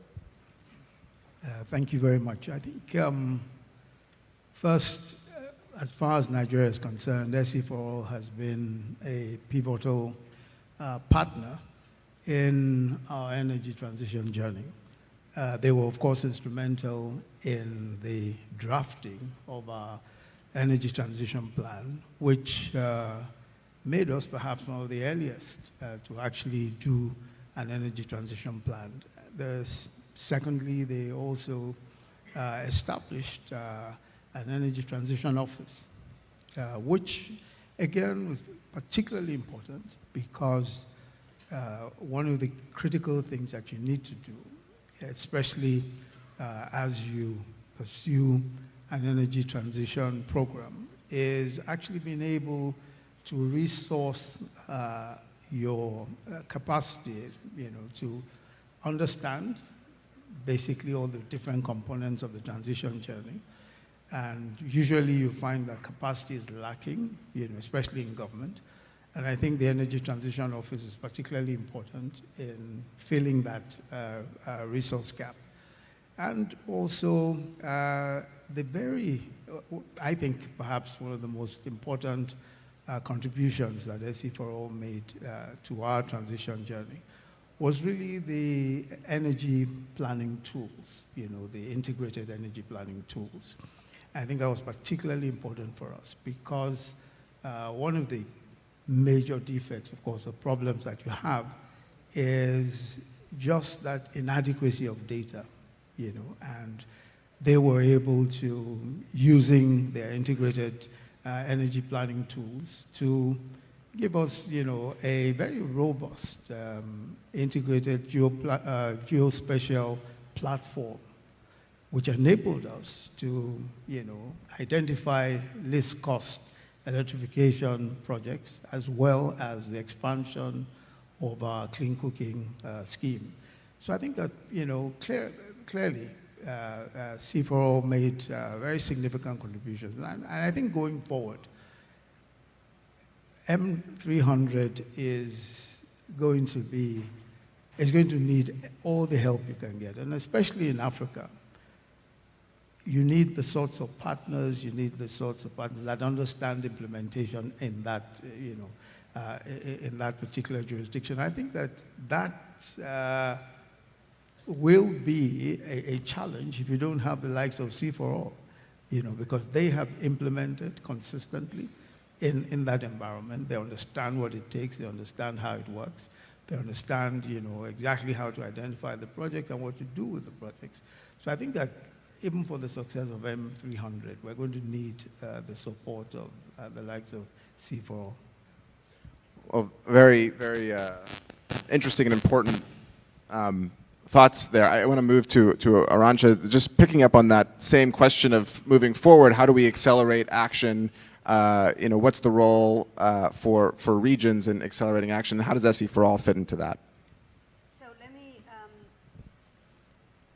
I think this one works. Let me first thank you for starting the conversation on institutions, because I do think that institutions do matter.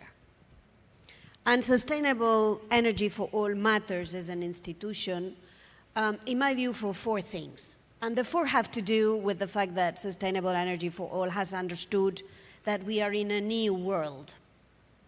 So the old world would basically be very state-centric. The big actors would be governments.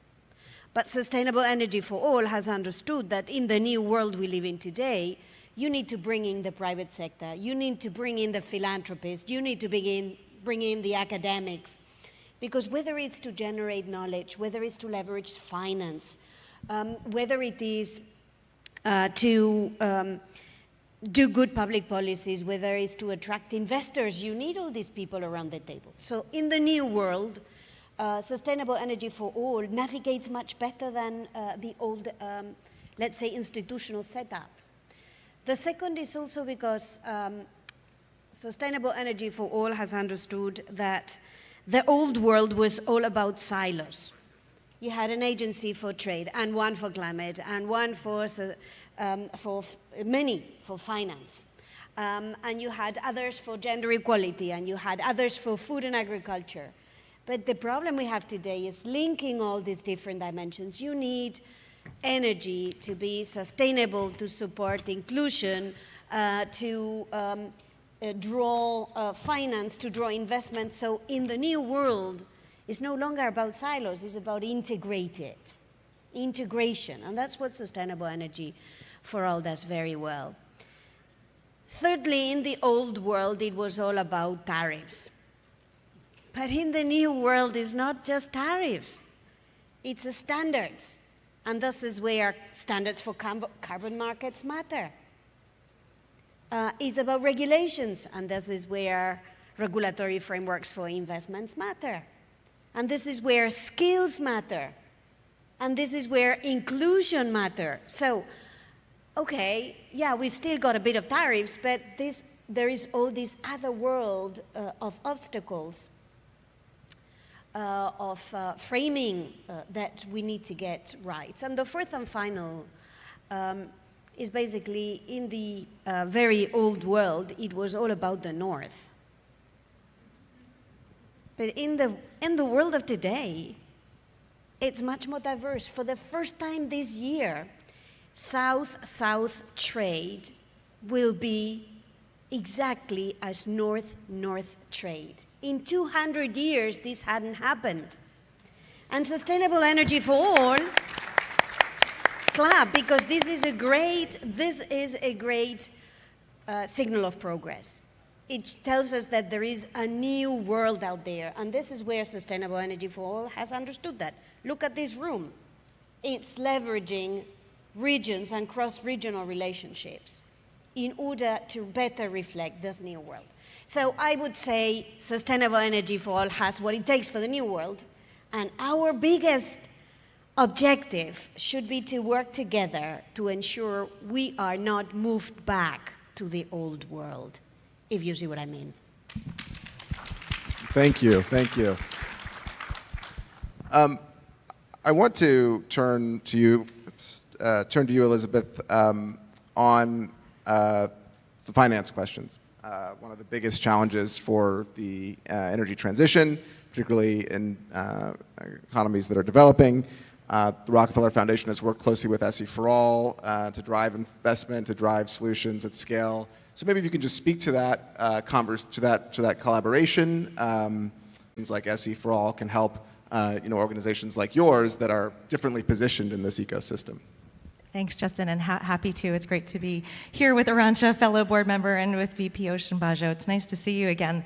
The Rockefeller Foundation's been around for 112 years, and John D. Rockefeller founded us with a focus on trying to deliver on the well-being of humanity. And I think the major takeaway from this room is you can't have the well-being of humanity when 700 million people live in the dark. That just is not a world that we can live in. And so I think at the core, that's why we want to support things like SEforALL. We want to support ideas like Mission 300, like the Global Energy Alliance for People and Planet, because at the end of the day, people are at the center of everything that we need to do to be able to deliver a better future now and also for our children and generations to come. And finance is a key part of that. And I think what SEforALL and Damilola, I see you right there as our visionary leader, what you're trying to do is really important because you're actually not just saying it's about finance for people. It's projects that deliver people's ability to live their lives in a more productive way. And I just wanted to give two examples that I think we're really proud of. So one is the Zambia Mini-Grids project, where in Zambia about 42% of households have access to electricity. And what the foundation has done here is we've worked with Damilola and the SEforALL team. We've given a $5 million grant to make sure that developers have access to finance, to make sure that there are the ability to connect people to power, and to help Zambia achieve the 1 million people target that they have for electrifying their communities.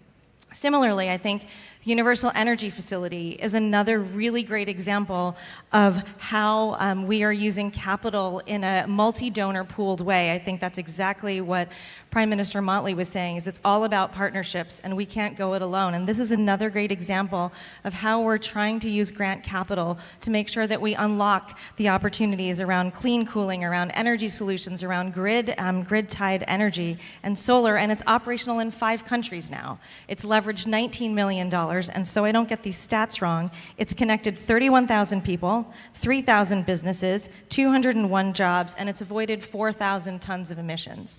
And what I want to emphasize here is that it is about these co-benefits. It's about all of the things I just mentioned and the fact that kids can have access to education. It's the fact that women can work and walk home safely at night. It's about all of the things that enable us to live a dignified human life. And so that's what our foundation is about. I think that's why SEforALL is just such a critical partner in all of the work we do. We don't have time for perfection. We need to make progress. And I think putting people at the center of what we do and making sure we deliver for the people who aren't able to be in this room is exactly what SEforALL and RF are trying to do together. So thank you. Okay, I'll just maybe conclude with one more question for you. We mentioned at the very beginning, or I mentioned at the beginning, your focus on making sure solutions are just and equitable. And I wonder if you can just maybe spin forward a little bit, thinking about how to ensure that that remains a part of the conversation. And again, the role that SEforALL and other institutions that are implementing and can provide capacity, as you said, might have in that. I think the primary thing is to recognize that for some parts of the world, especially the global south and Africa in particular, there are 2 existential crises, not one. Extreme poverty being one, and of course the climate crisis being the other. In terms of priority, obviously, extreme poverty is what we must prioritize. And so the energy transition journey itself must take into account the fact that these are essentially energy poor countries, and because they're energy poor, we have to take the sorts of decisions that enable the countries to be able to achieve development and at the same time deal with issues of the climate crisis. Now, so there are arguments, for instance, around whether or not gas, should be a transition fuel. For countries such as ours, such as Nigeria, which is gas rich, it's obvious that you can't leave the gas right there in the ground. You've got to use gas, especially for clean cooking. So that prioritizes, to a certain extent, development, because for an energy poor country, you're going to look at all the options. But at the same time, you will probably see that today renewable energy is getting much cheaper than ever before, and in some cases even cheaper than gas. And for grids in particular, where you're looking at multiple sources of energy for your grids, renewable energy is becoming more and more acceptable and more useful for the grid, especially where you have battery energy storage systems dealing with intermittency issues and all of that. But for a just transition, you've just got to have that nuance. You've got to look at things in terms of how it works for the different, different jurisdictions and the different constituencies that you're dealing with. Which is why I think, again, SEforALL has that advantage. Because when we started talking about, hey, what is an equitable, inclusive, and just transition going to look like? I mean, they had that at the back of their minds all the time.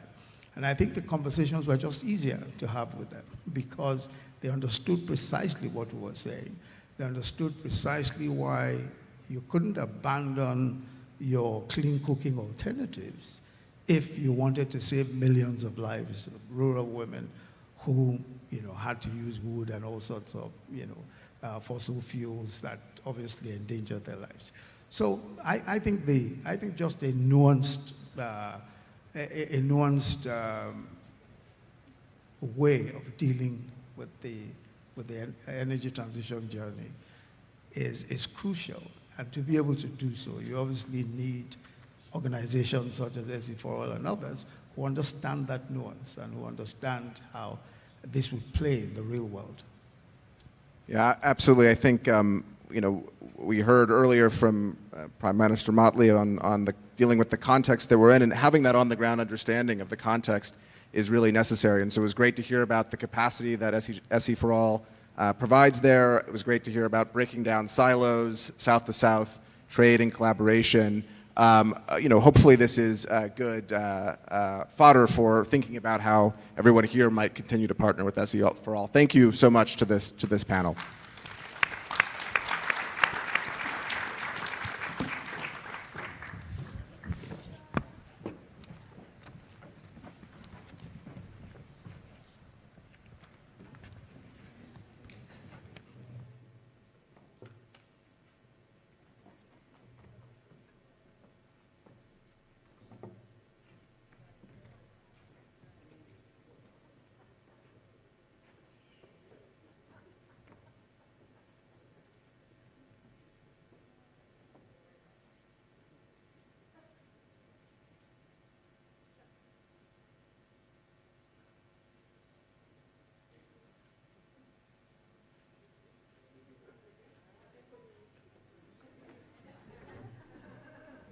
Thank you so much, distinguished presenters.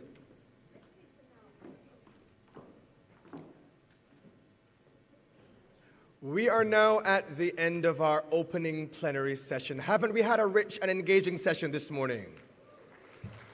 We would all agree. Some important housekeeping for us before we leave. Lunch is going to be served in 3 areas. If you look at your badge, you're a minister, you'll have a badge with a T on that badge. That is for the Tiffany room. That's across the foyer and downstairs. If you have a badge with an S on that badge, you'll be in the sugar mill room upstairs. All other delegates, we invite you to join us for lunch in the open area immediately adjacent to the conference center. You'll see it on the outside. All afternoon speakers, we ask you also please check in with the speaker lounge area to make sure all logistics are in place. We want to remind you that you can download the SEforALL Global Forum app. That'll be your home for all information regarding the conference. Please make sure you also sign the commitment wall, and we ask that you all be back for 2:20 p.m. seated in your sessions at 2:20 p.m. for the breakout sessions in the afternoon. The sessions following that will run from 4:15 to 4:45. Thank you so much for your time and attention, and we wish you a wonderful, enjoyable lunch and an amazing session this afternoon.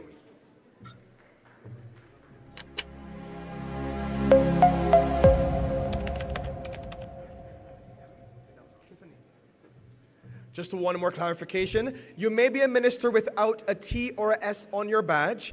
If that is so, we invite you to join us for lunch in the Tiffany room. That's across the hall, across the foyer. You're going to go downstairs to the Tiffany room if you happen to have an M on your badge as well. I did. In case you missed it, you can download the SEforALL, Sustainable Energy for All Global Conference.